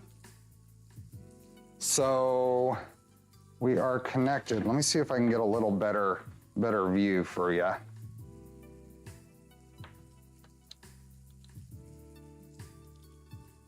I'm gonna have to work around the I'm gonna have to work around the camera, but that's okay.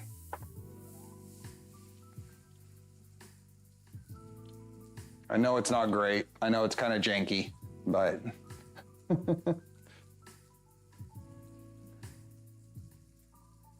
it gets easier to get inexpensive Macs when they're 6 years old. Okay, so I want to go through all these settings now and make sure everything is still where it should be. So Carbide Compact router, we're using, I have a bit 0. Bit setter is not enabled. So this, I think all this gets set up apparently on the individual Carbide motion setups. So,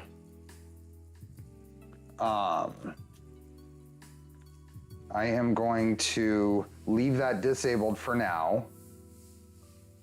The machine, we're going to load the Shapeoko Pro XXL, say okay, and I'm using the Z Plus lead screw. For now, I'm gonna upgrade to that ball screw one later. I think user interface can stay the same. Machine options, we're gonna say okay. And then initialize machine.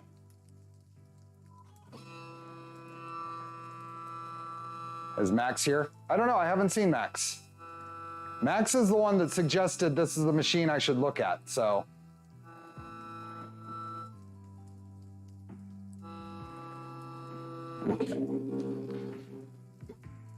Now I'm gonna try to bounce back and forth between the laptop and changing views. So remind me if I screw up. So I think if we go to jog and then set 0 and 0 all, right? Let me make sure. Position, set 0 button, clear all offsets button. Oh, clear all offsets button. And then done. And then and now I'm gonna just switch over here so we actually see what's going on. Rapid position, southeast.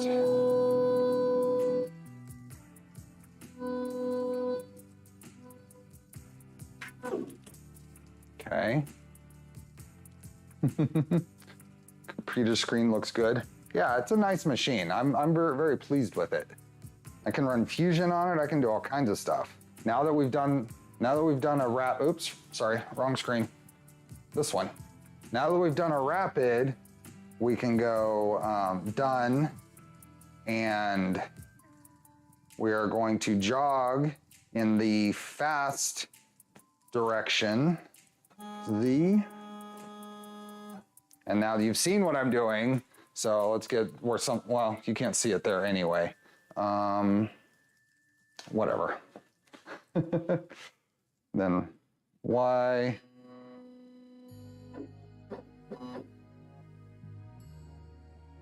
And X. Now I'm gonna go 1 millimeter increments.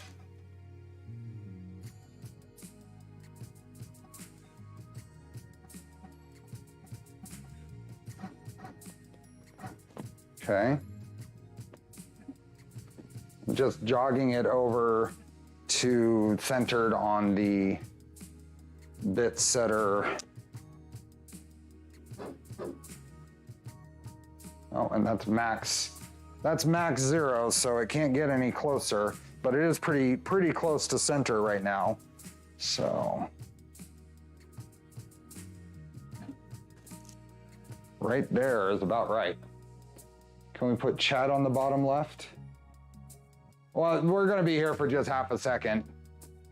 I can't easily move chat. Okay, so now with that in its position, we have coordinates here that now we go to settings and enable the bit setter and use the current coordinates. And then we say, okay.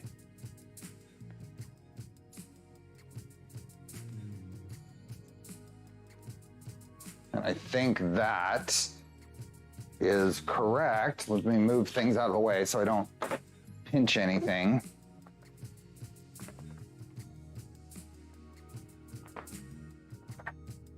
Okay. Charlie is not around. Charlie doesn't come into this garage. That's one of the drawbacks of doing a stream over here. But yeah. I was kind of interested in lasers, but you're making CNC seem viable at home. So this is probably, of the things, a laser cutter or whatever, this is a pretty versatile machine. I had a CO2 laser on my mind for a while, but then I decided that this was gonna be more useful than that. Okay, I think now if I initialize the machine,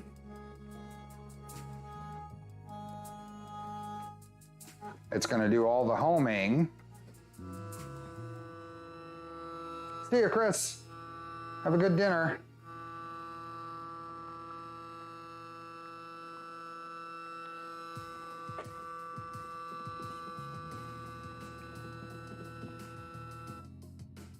Get these out of the way. I got lots of cleaning up to do.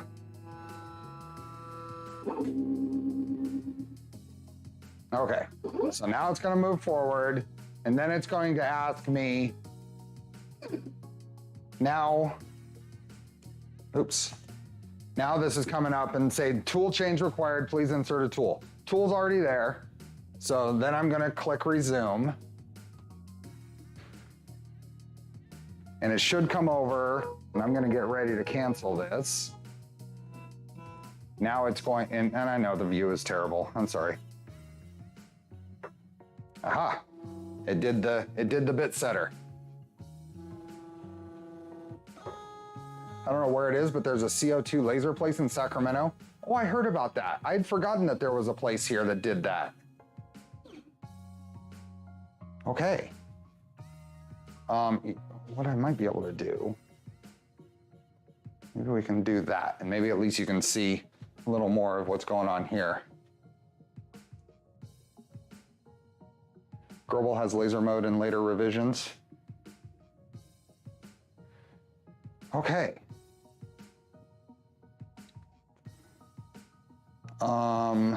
Can I enable? Okay, so turning on the spindle control and on.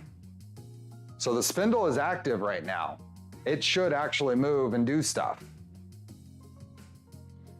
So let's bring up a project. And give me a moment because I need to actually, I emailed this project to myself. I need to check my email and download it. So you won't see anything for a little bit here.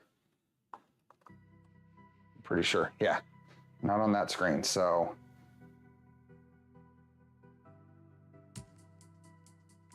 Let me see.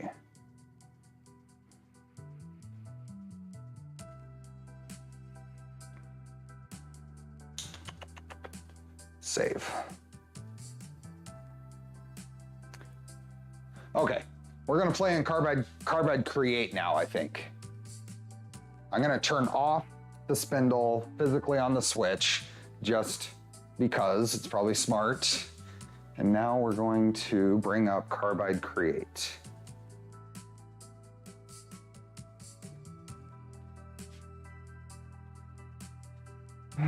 I taught Lightburn for a couple of years. Awesome.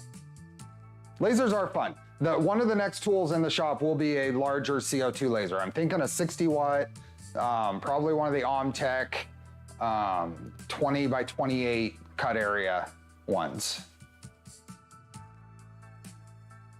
But that'll be a while. That'll be next though. Okay, Carbide Create is open, and I spent some time playing around with this, and I have very little knowledge in this program, but I spent some time setting up a project, and it might be a little ambitious for a first cut project, but the first cuts aren't going to be into wood anyway. So let's bring this up, and just in case, we're gonna do that. And oops, cancel that.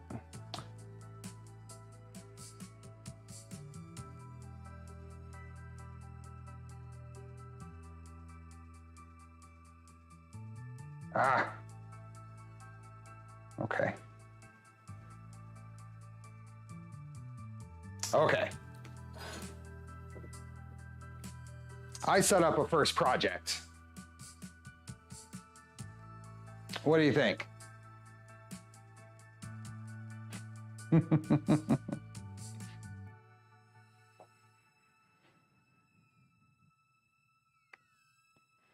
What do you think?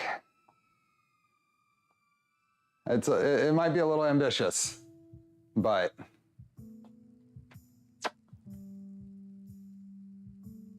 I'm waiting for the comments.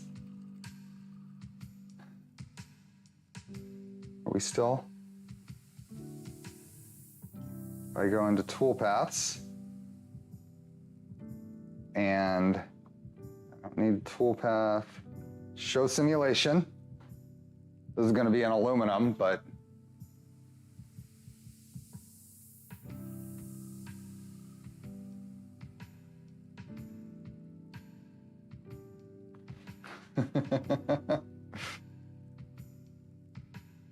I just printed one a few days ago. Awesome. Oh, you're going to suggest that? I know that there are more efficient ways to do this in Carbide Create, and probably I should be using Fusion 360, and that's going to be my goal, is to do most of my toolpath creation in Fusion 360. But this took me 5 different DXFs and to get it to do what I wanted. So let's get this viewing in, I don't know, something that makes it look a little easier to see. It's got the 2 levels of hexes and everything. It's got fillets on the insides. So we are going to see how this goes. And we're gonna see how loud this is and see if we can actually reasonably do this today, even though we're 2.5 hours in already. So I have a 1/4 inch ball end mill, and I have a 1/4 inch flat end mill. And if we look at the different tools in here, so I've got a pocket tool path with just a 1/4 inch end mill. So it does the inside pockets, and then it does some perimeters. The problem with this is it says it's going to take about an hour to do. So obviously I'm not comfortable. I don't know what I'm doing yet, but we can at least get it started. And what my thought is, the first thing we do is make this move in air and see where it goes. So I will put this at a 0, 0, 0 spot that I think is good for this. And then we're just gonna start it and make sure nothing goes off to try to go to negative China or whatever. So we'll see. So like I said, first we'll be spindle off this little dowel in place as the bit analog and just get it moving around on this program. And then we'll throw some pink foam on there and see if I can get some sort of dust control going, maybe. The first cut will be in the foam, the pink foam. And then I'll cut it maybe tomorrow in real wood if it goes well. Yeah, always run a new project in air. Yep, that's the plan. Run it in air. Just see if things are moving in the right directions. Make sure I don't have something that's gonna drive the tool into the deck. Now there was a note in the instructions here that said something about setting up, there was something about setting up carbide create.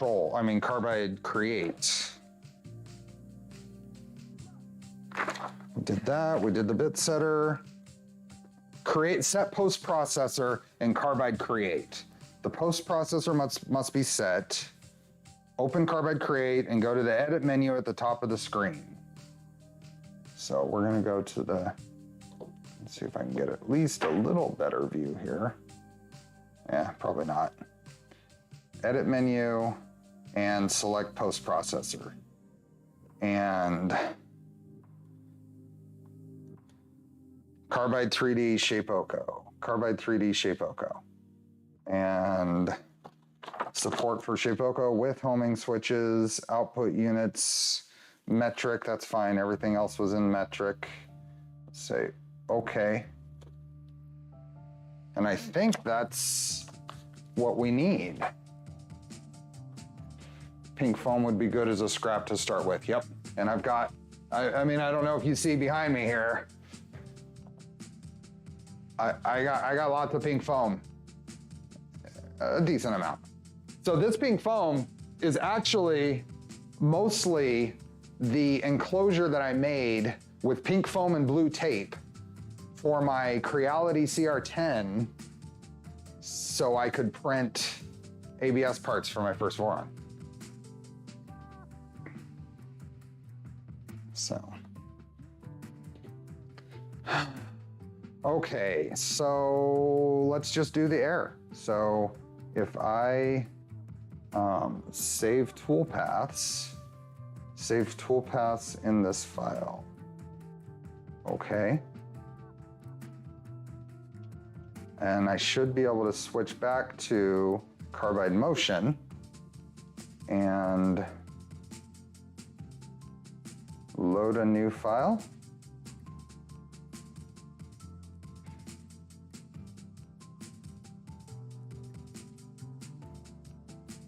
I think this guy. Say open. Okay, so it's saying this size stock and approximate cutting time 1 hour and 45 minutes. No way. Pink foam is CNC machines as cardboard is to lasers. Yes. What I did when I set this up is I went in and set I think I even set the softwood presets in Carbide Create. So there's lots and lots of optimizations I'm sure I can do on here, but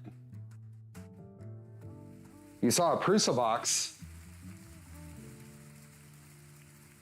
Well, yeah, that's actually a printer is in there. Next Saturday.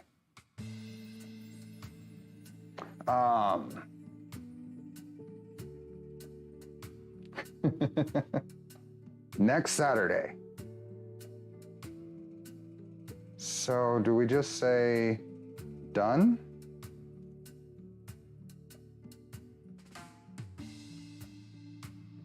And can I preview this? Oh, that's that. Okay. Done. And Do I just start the job?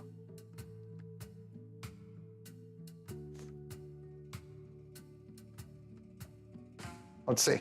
Let's see what happens. Or do we set our zero?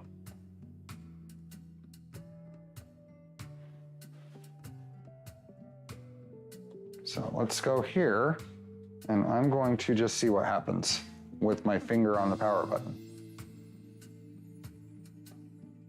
Run job, design file. Oh, here, I'll show you this.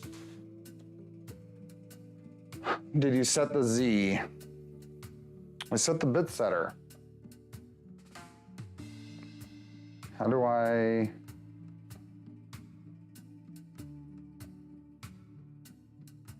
set the beginning? Do I go over here? You like to measure the tool before jogging. If you have loaded a tool without pressing load tool, this is necessary to make sure the zero is set correctly.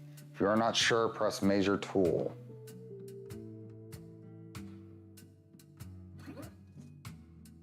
Okay, it's gonna go through and do a bit setter here.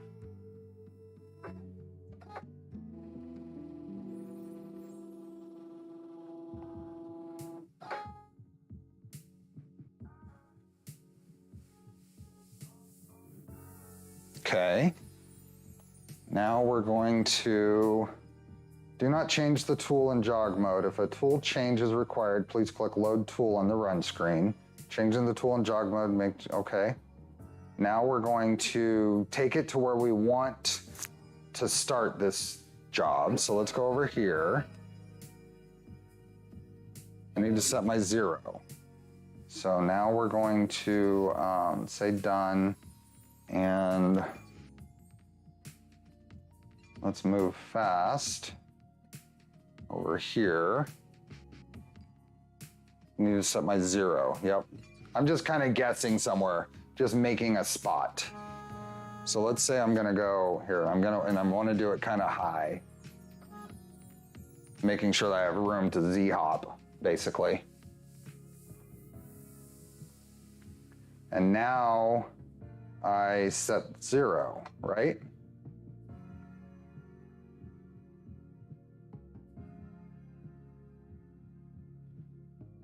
Let's zero it all. Say done. Right? You know how new I am to this. So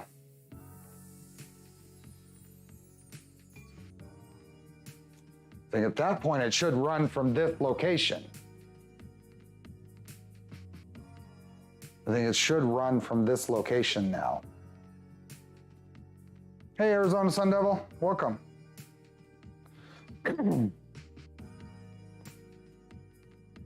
So if I run this,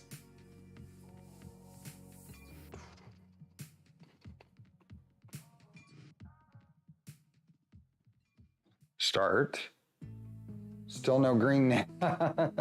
Yeah, that's weird. That is weird. There is definitely a YouTube thing going on. And I think if I just start it right here, it should go. So let's find out. I set my zero. I hope that's the correct zero. Now if I start, tool change required. Oh, so now it needs that tool. So I'm gonna pretend I changed it, say resume, and now it's gonna come over here.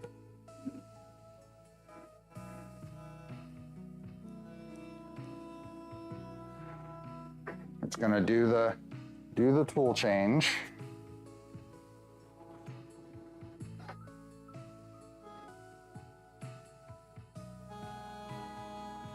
Now it's gonna go back to the start spot. Spindle RPM change required. So it wants me to change the RPM on the spindle itself. Okay, I did that. And resume. Now it's gonna do an operation.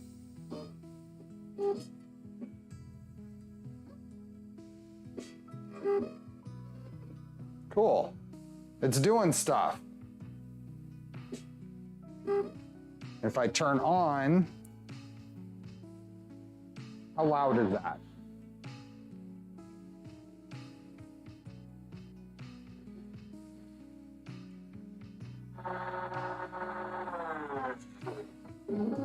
How bad was that? Was that too bad?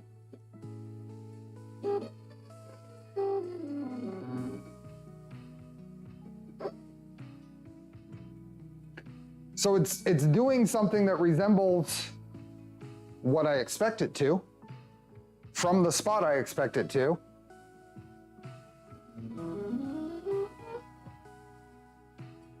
Must have noise canceling in there. Okay. You can barely hear it. Okay.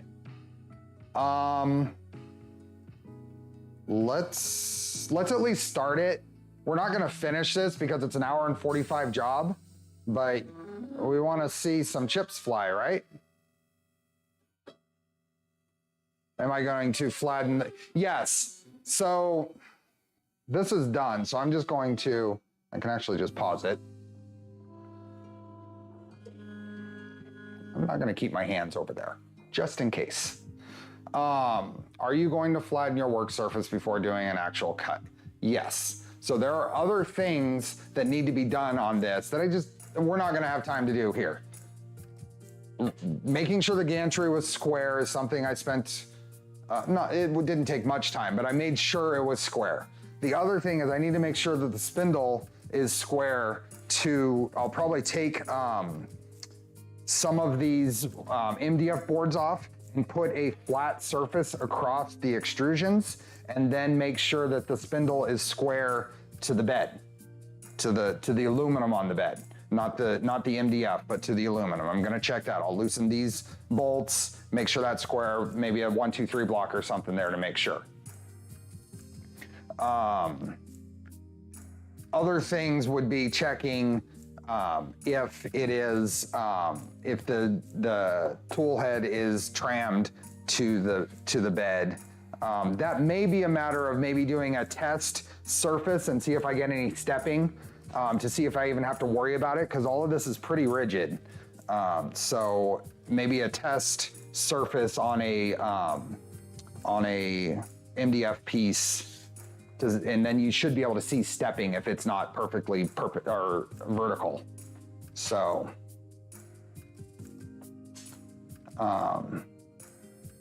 so all of that is going to happen on my own. I'll just tweak the machine. But for this we did a little bit in air. It looks reasonable. I think we're good.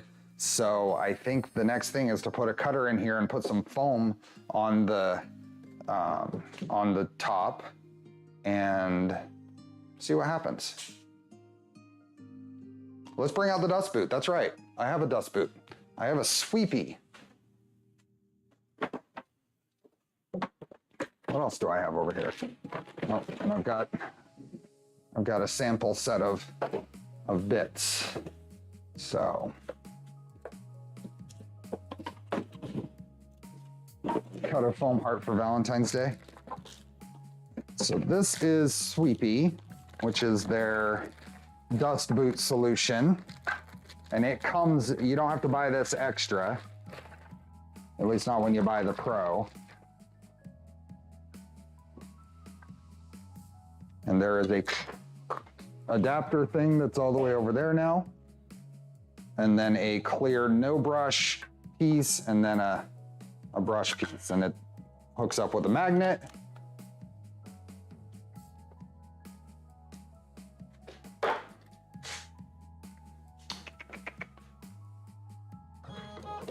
Okay, getting things out of the way.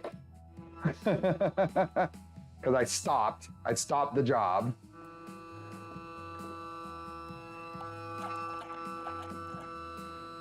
Once you're sure it is perpendicular to the aluminum, you can just use a wasteboard to ensure you have it perfectly flat. Yep, so I'll ensure it's flat to the aluminum, and then I'll surface the whole thing. I'll surface all of this, and then I'll probably mostly run secondary spoil boards just to preserve these when it's practical. Okay, so how do I... Let's just stop the whole thing. Let's bring this. Nope, it doesn't disengage. Okay, if I power it off, it'll disengage it. Whoa, what was that? Oh, I was moving it too fast. If you move it too fast, then it engages the controller and it steps, so.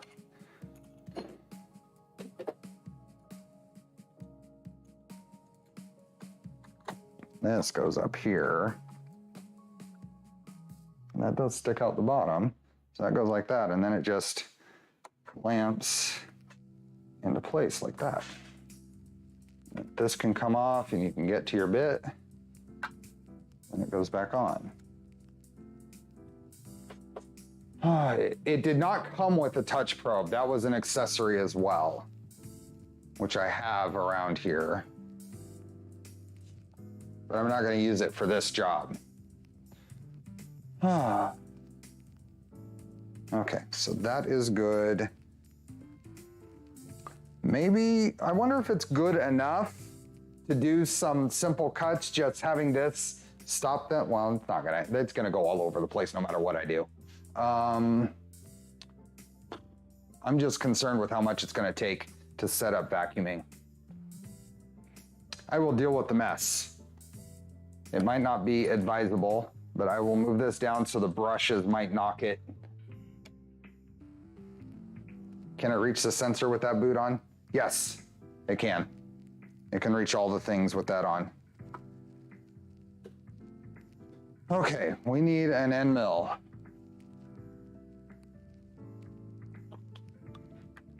So we're going to use this little card, this,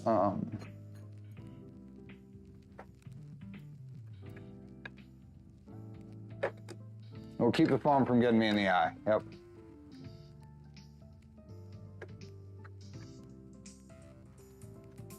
How did I miss the stream notification? I'm sorry, Frank. We're about ready to make some plastic mess, some pink plastic mess. Did it come with a VID? It did not come with a VFD. But that, I'm told the VFD is going to be in stock, that they actually have them and they're putting the kits together. So I will be ordering it very shortly, because it's going to be a lot quieter than this. Okay, so that is there. That's going to go there. I'm going to look for, aha, I have a mask. Have a mask. Got here at the right time, yep. So now we're going to set up some work holding. Move this out of the way over here. And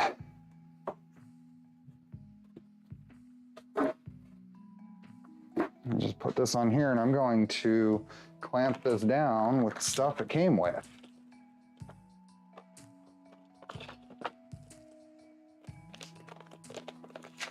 The swing arm from the ceiling helps with vacuum hose getting in the way. Yeah, or since I have this extrusion-based table, I might make something that bolts to the side. So these are little machined T-nuts that fit perfectly into these tracks. And I'm just going to use 4 of these to hold it down. Maybe one to hold down the front. Oh, I can go here. Okay. Let's go here.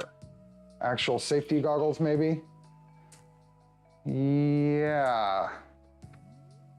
Yeah, we'll have to see some dancing Max for that one.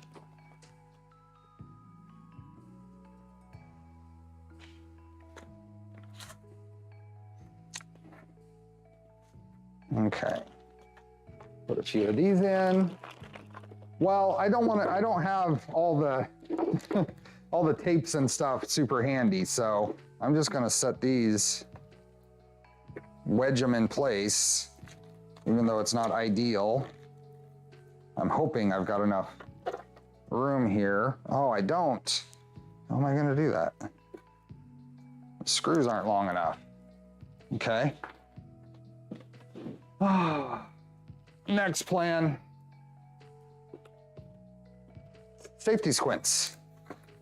So yeah, safety squints.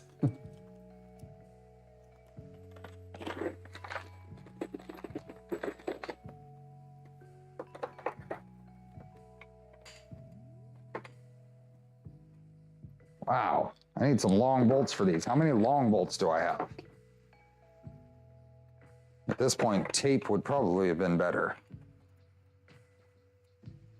And will this even hold this before it?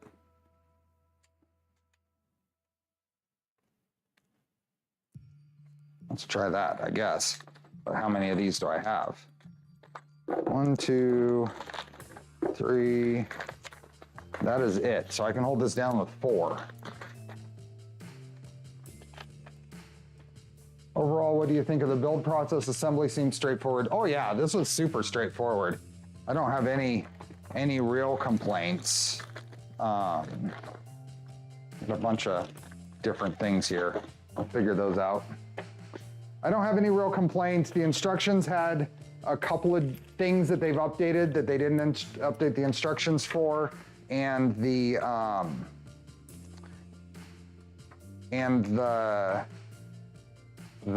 wiring has a mistake in the instructions. Other than that, everything's been great.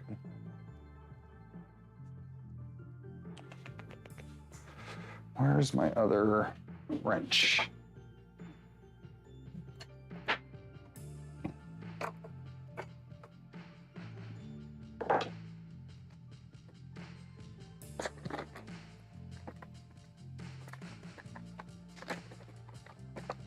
There's some of these. Oh.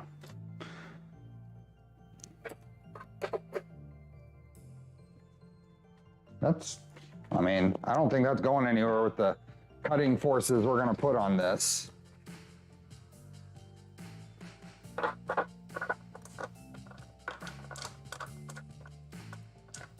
Yeah.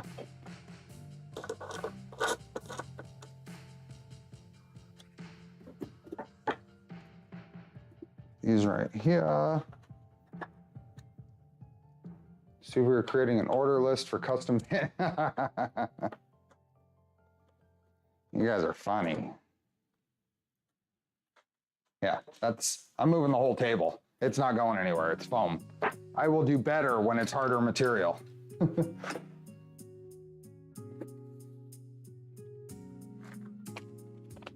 Where's your address so we can send over a couple of pallets of ACM? There we go. Okay, I need to let Dancing Max take over for a minute. Let me go get some better glasses because Leo is absolutely correct.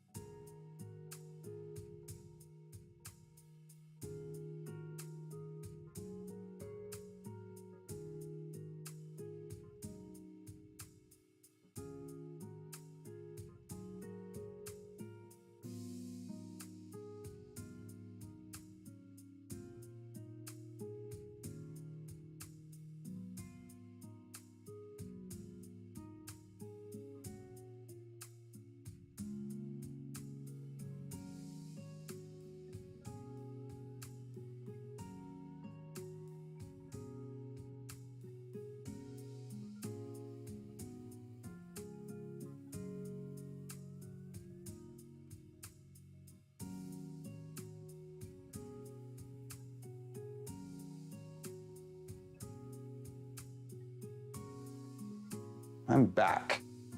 So I have glasses. They are safety glasses bifocals, actually.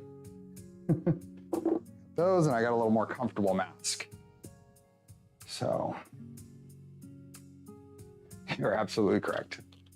Famous last words. That's not going anywhere. That's good enough. Okay, let's Everything's clear, everything's out of the way. I've got an end mill in there. Let's turn it on. And then we're gonna come over here, point the camera at the screen.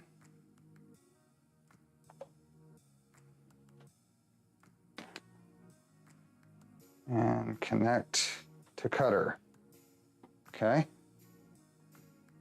Mill it forward.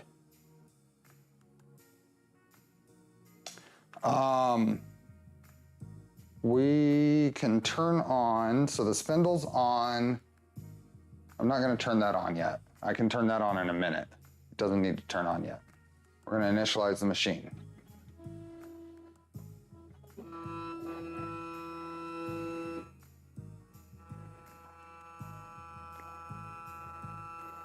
Oh, get my hands out of there. Okay. It's gonna come over here. Now it's asking to insert a tool, which I did. Now if I turn it on, I'm gonna check a few things here. If I turn it on, the spindle's not active, and I've still got it at the slowest speed. The home position is on top, and I remember setting that in the software. So let's turn this back off. So I turn it on, it's off when it's supposed to be. It's asking me to insert a tool. I'm gonna say resume because I just inserted it, basically. Now it's gonna measure the tool height.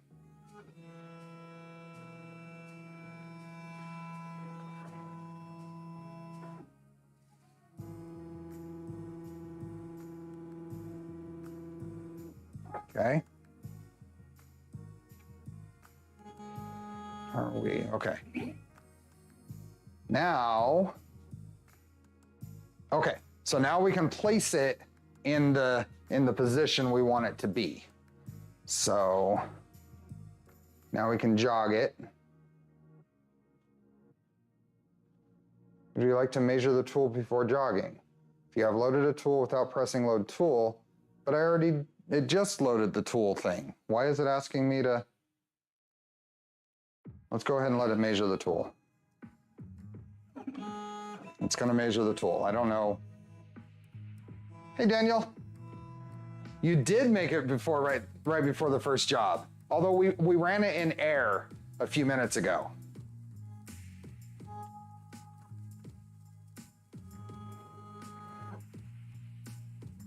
Okay, do not change the tool in jog mode. So we are good. So now we're gonna move it fast over to where I want it to start. Hey, Jared. Made it before the first chips, yep. I could have done the rapid position. I should have, but I'm gonna move it over. We're about to, Niraku. We're about to.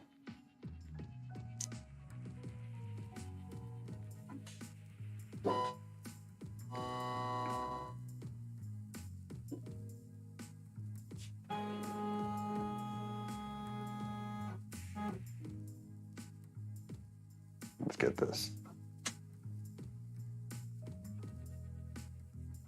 So that should be, I've got it sitting in a good spot here, somewhere in the middle of my work. It doesn't really matter. The bit is sitting on the top surface of the material. So now I can set 0, 0 all, and done. So we're checking, we should still, tool shouldn't be on, but now I've switched it on. So we are about ready to cut. That's gonna go there. I am going to maybe try something like this. Make sure the cable doesn't get caught. Let's see how that is. Is that a decent view? Maybe that's a decent view. We'll try it. So let me switch over to mask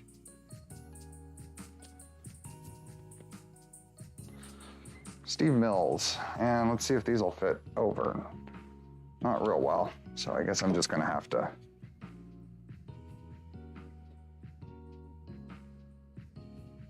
So we're gonna run, load the file, open,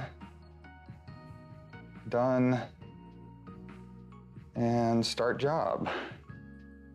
That's turned on. So I'm gonna have my finger on the power button and I guess start.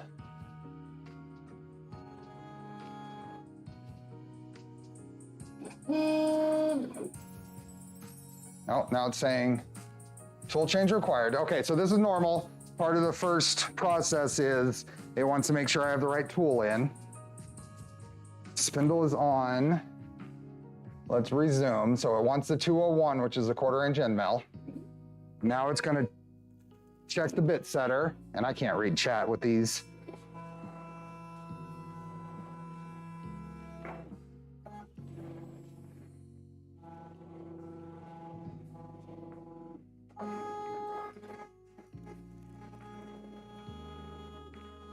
Okay, now it's gonna come over and it should turn on. Yep, it turned on the router. Oh. Okay, it's asking me to change the spindle RPM. I'm gonna resume.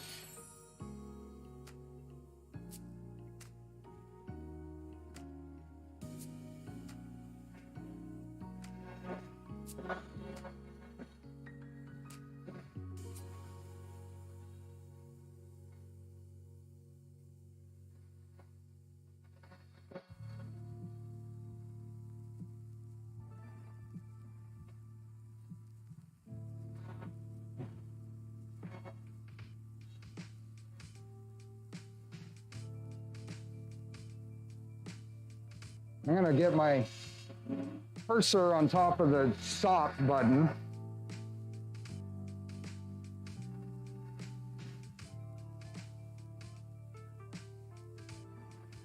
Yeah, I can't read chat.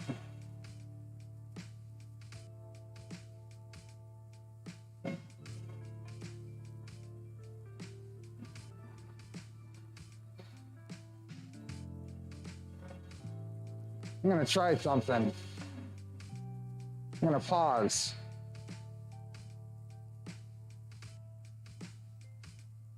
That's awesome. It paused. And it turned it off. And we got stuff. Did I miss anything? Very appropriate mask. Oh, I guess it is. Lightning might be tough. Oh, what are you gonna do? Oh, lighting might be tough. Yeah. See what we're finding. Pink foam dust all through his house for the next month. Oh yeah, wow. It's all for you. Good night, NH3D. I'm gonna resume this and see where it goes. We'll hopefully get it at least far enough to where we can see something happening, but that's super clean. Okay, I'm gonna start it back. This is working. Start.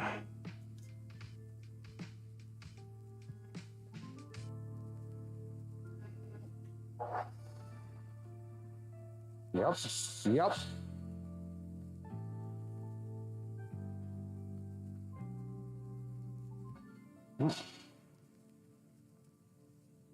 My cursor is over the stop button.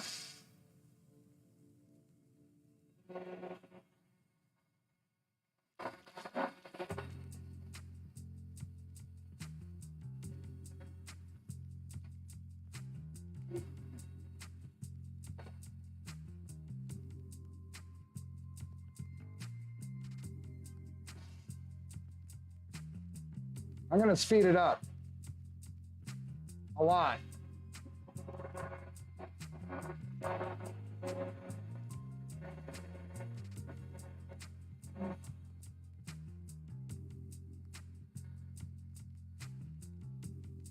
Hey, I can't read that, but I see it's from Modbot. I can't read it at all. It's a blurry mess. But thank you. I'll read it in a moment.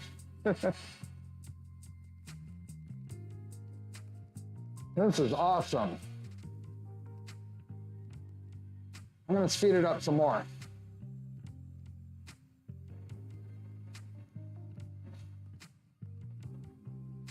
Here, we're at 200% speed. It's foam, it'll take it.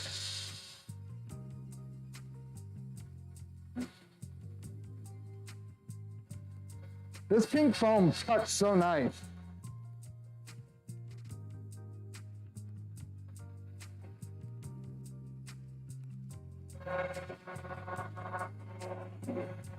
Go even more.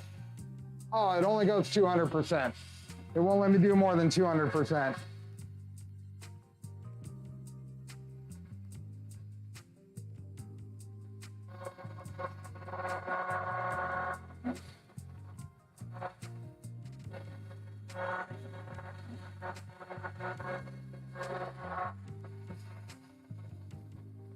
Yeah, all of this is gonna miss everything.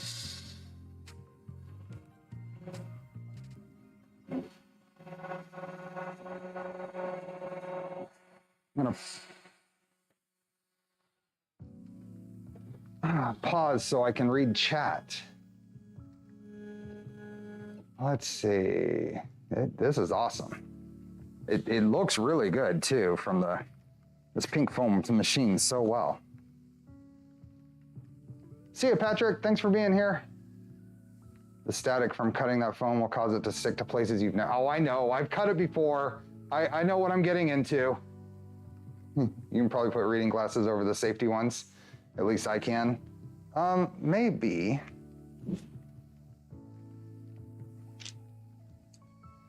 Yeah, I guess I can do that. I have to hold them in place. Modbot, congratulations on the successful build. Super exciting stuff. Can't wait to see what you make. Thank you. Appreciate that. Towards the material fund. Let's do Voron speeds. It's at 200%. That's as fast as it'll go.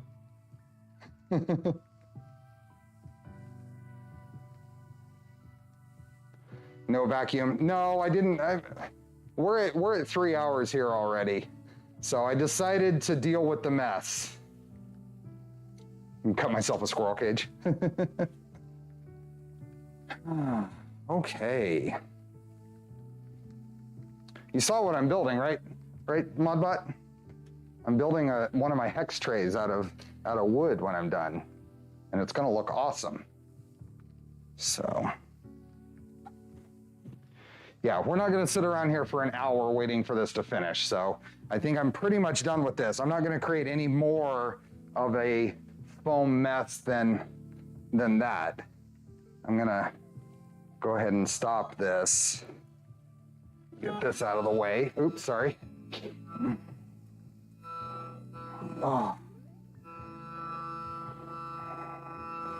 It's not a terrible mess. It stops about here right now. So I think I'm gonna but this is super clean.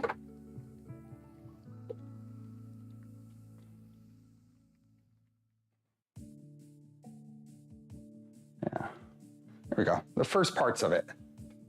Did you design in Fusion and the toolpath? Did you just? I did it in Carbide Create. I designed in Fusion, and I was extremely inefficient, I think, in Carbide Create because I had to use 5 different DXFs to make this. So, would love to watch your workflow from design to cam. Yeah, when I develop a workflow, I'll definitely show it off. So, but yeah, that's super smooth. This stuff, the first cuts on my MPCNC were in pink foam as well, and it just works really well. This is one of the Carbide 3D. It's a 1/4 inch flat, 3 flute apparently end mill. So, let me see. We can go back to. for anybody that might not have seen what it looks like.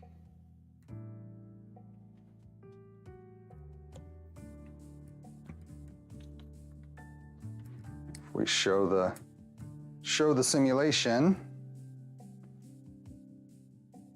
There. That's what it's going to look like. Oops.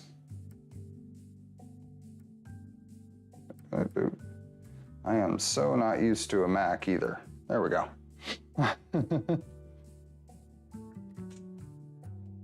It might need some tramming. There is, I can see a little bit of lines there, you're right.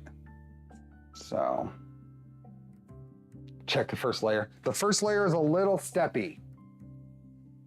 So, but I haven't, like I said, the next thing will be clean up this pink foam and then at least tram the spindle head to the aluminum and then see where it's at. Smaller bit has piccolos instead of flutes, yes.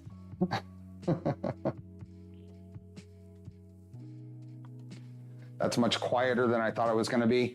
There is a ton of noise canceling going on.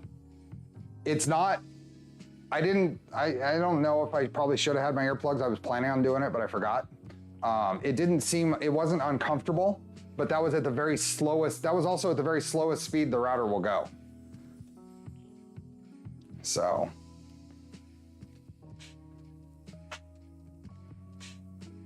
There are tabs, but this process here wasn't at the tabs. When it gets to the perimeter, oh, here, I know what you're saying.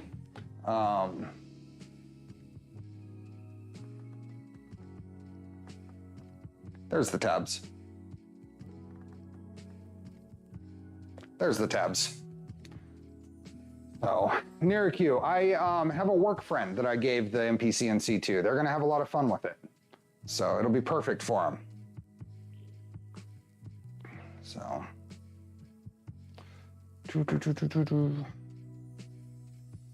Yeah, that was fun. This is a much bigger machine than I kind of pictured, although I should have known. It will do, let's see.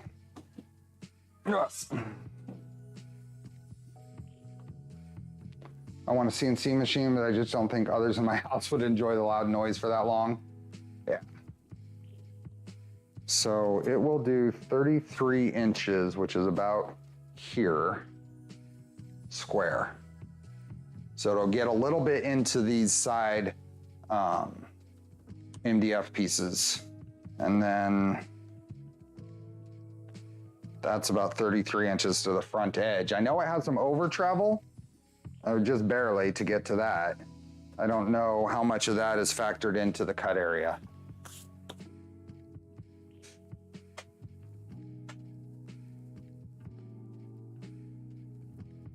You have all the pieces for an MPCNC, NearQ? So. This is very nice. I am very happy.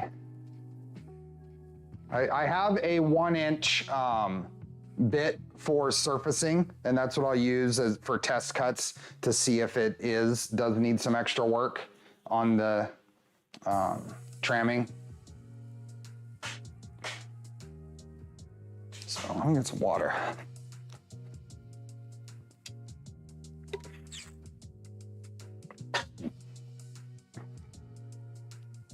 Thanks, Steve. That was a great stream. Very interesting information. Never seen a CNC machine in action. Awesome. You're just being lazy. You just need to start a YouTube channel. Then you have motivation to get all these projects done. Because I've probably done many times more projects than I would have left to my own devices. So. Very cool. I am pleased that there's still a lot of work to do. I need to do some wire cleanup, make sure everything's nice and neat,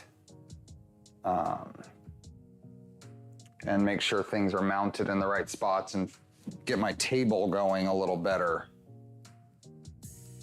But then you still have all the dust extraction equipment too then. That makes a lot of noise as well. Yeah, so it depends on your vacuum And I mean, you could potentially put it in an enclosure and then just vacuum it out when you're done.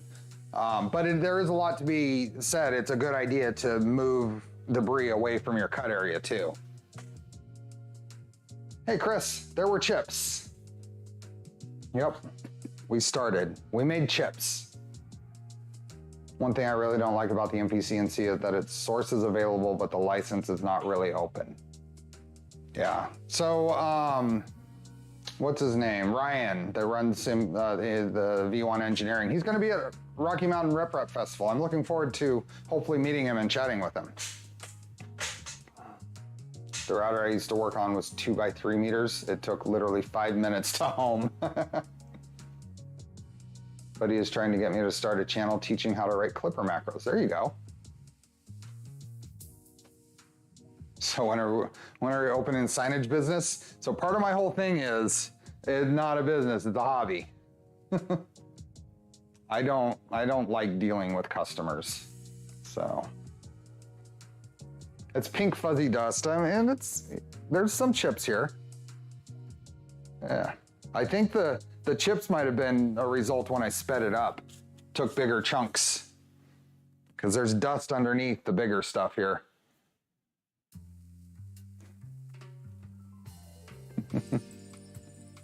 Oh, where are we at?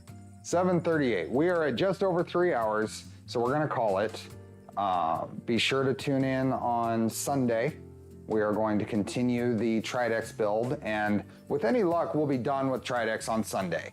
I hope so. I have some prep work to do between now and then, making sure all the things work and make sure I'm familiar with the next steps in calibrating it and getting some sort of dual color print out of it. So, excuse machine is tied up with enclosure orders. Considering starting a channel 2.4 build, there you go. So with that, thanks again. Appreciate you hanging out with me on a weeknight afternoon, or weeknight afternoon, morning. We will see you on Sunday. Remember, member stream I rescheduled. I was gonna do it Saturday. I'm gonna do it next Saturday. And we're gonna play with the box behind me. So, this has been fun. Thanks again. I will see you next time. Bye.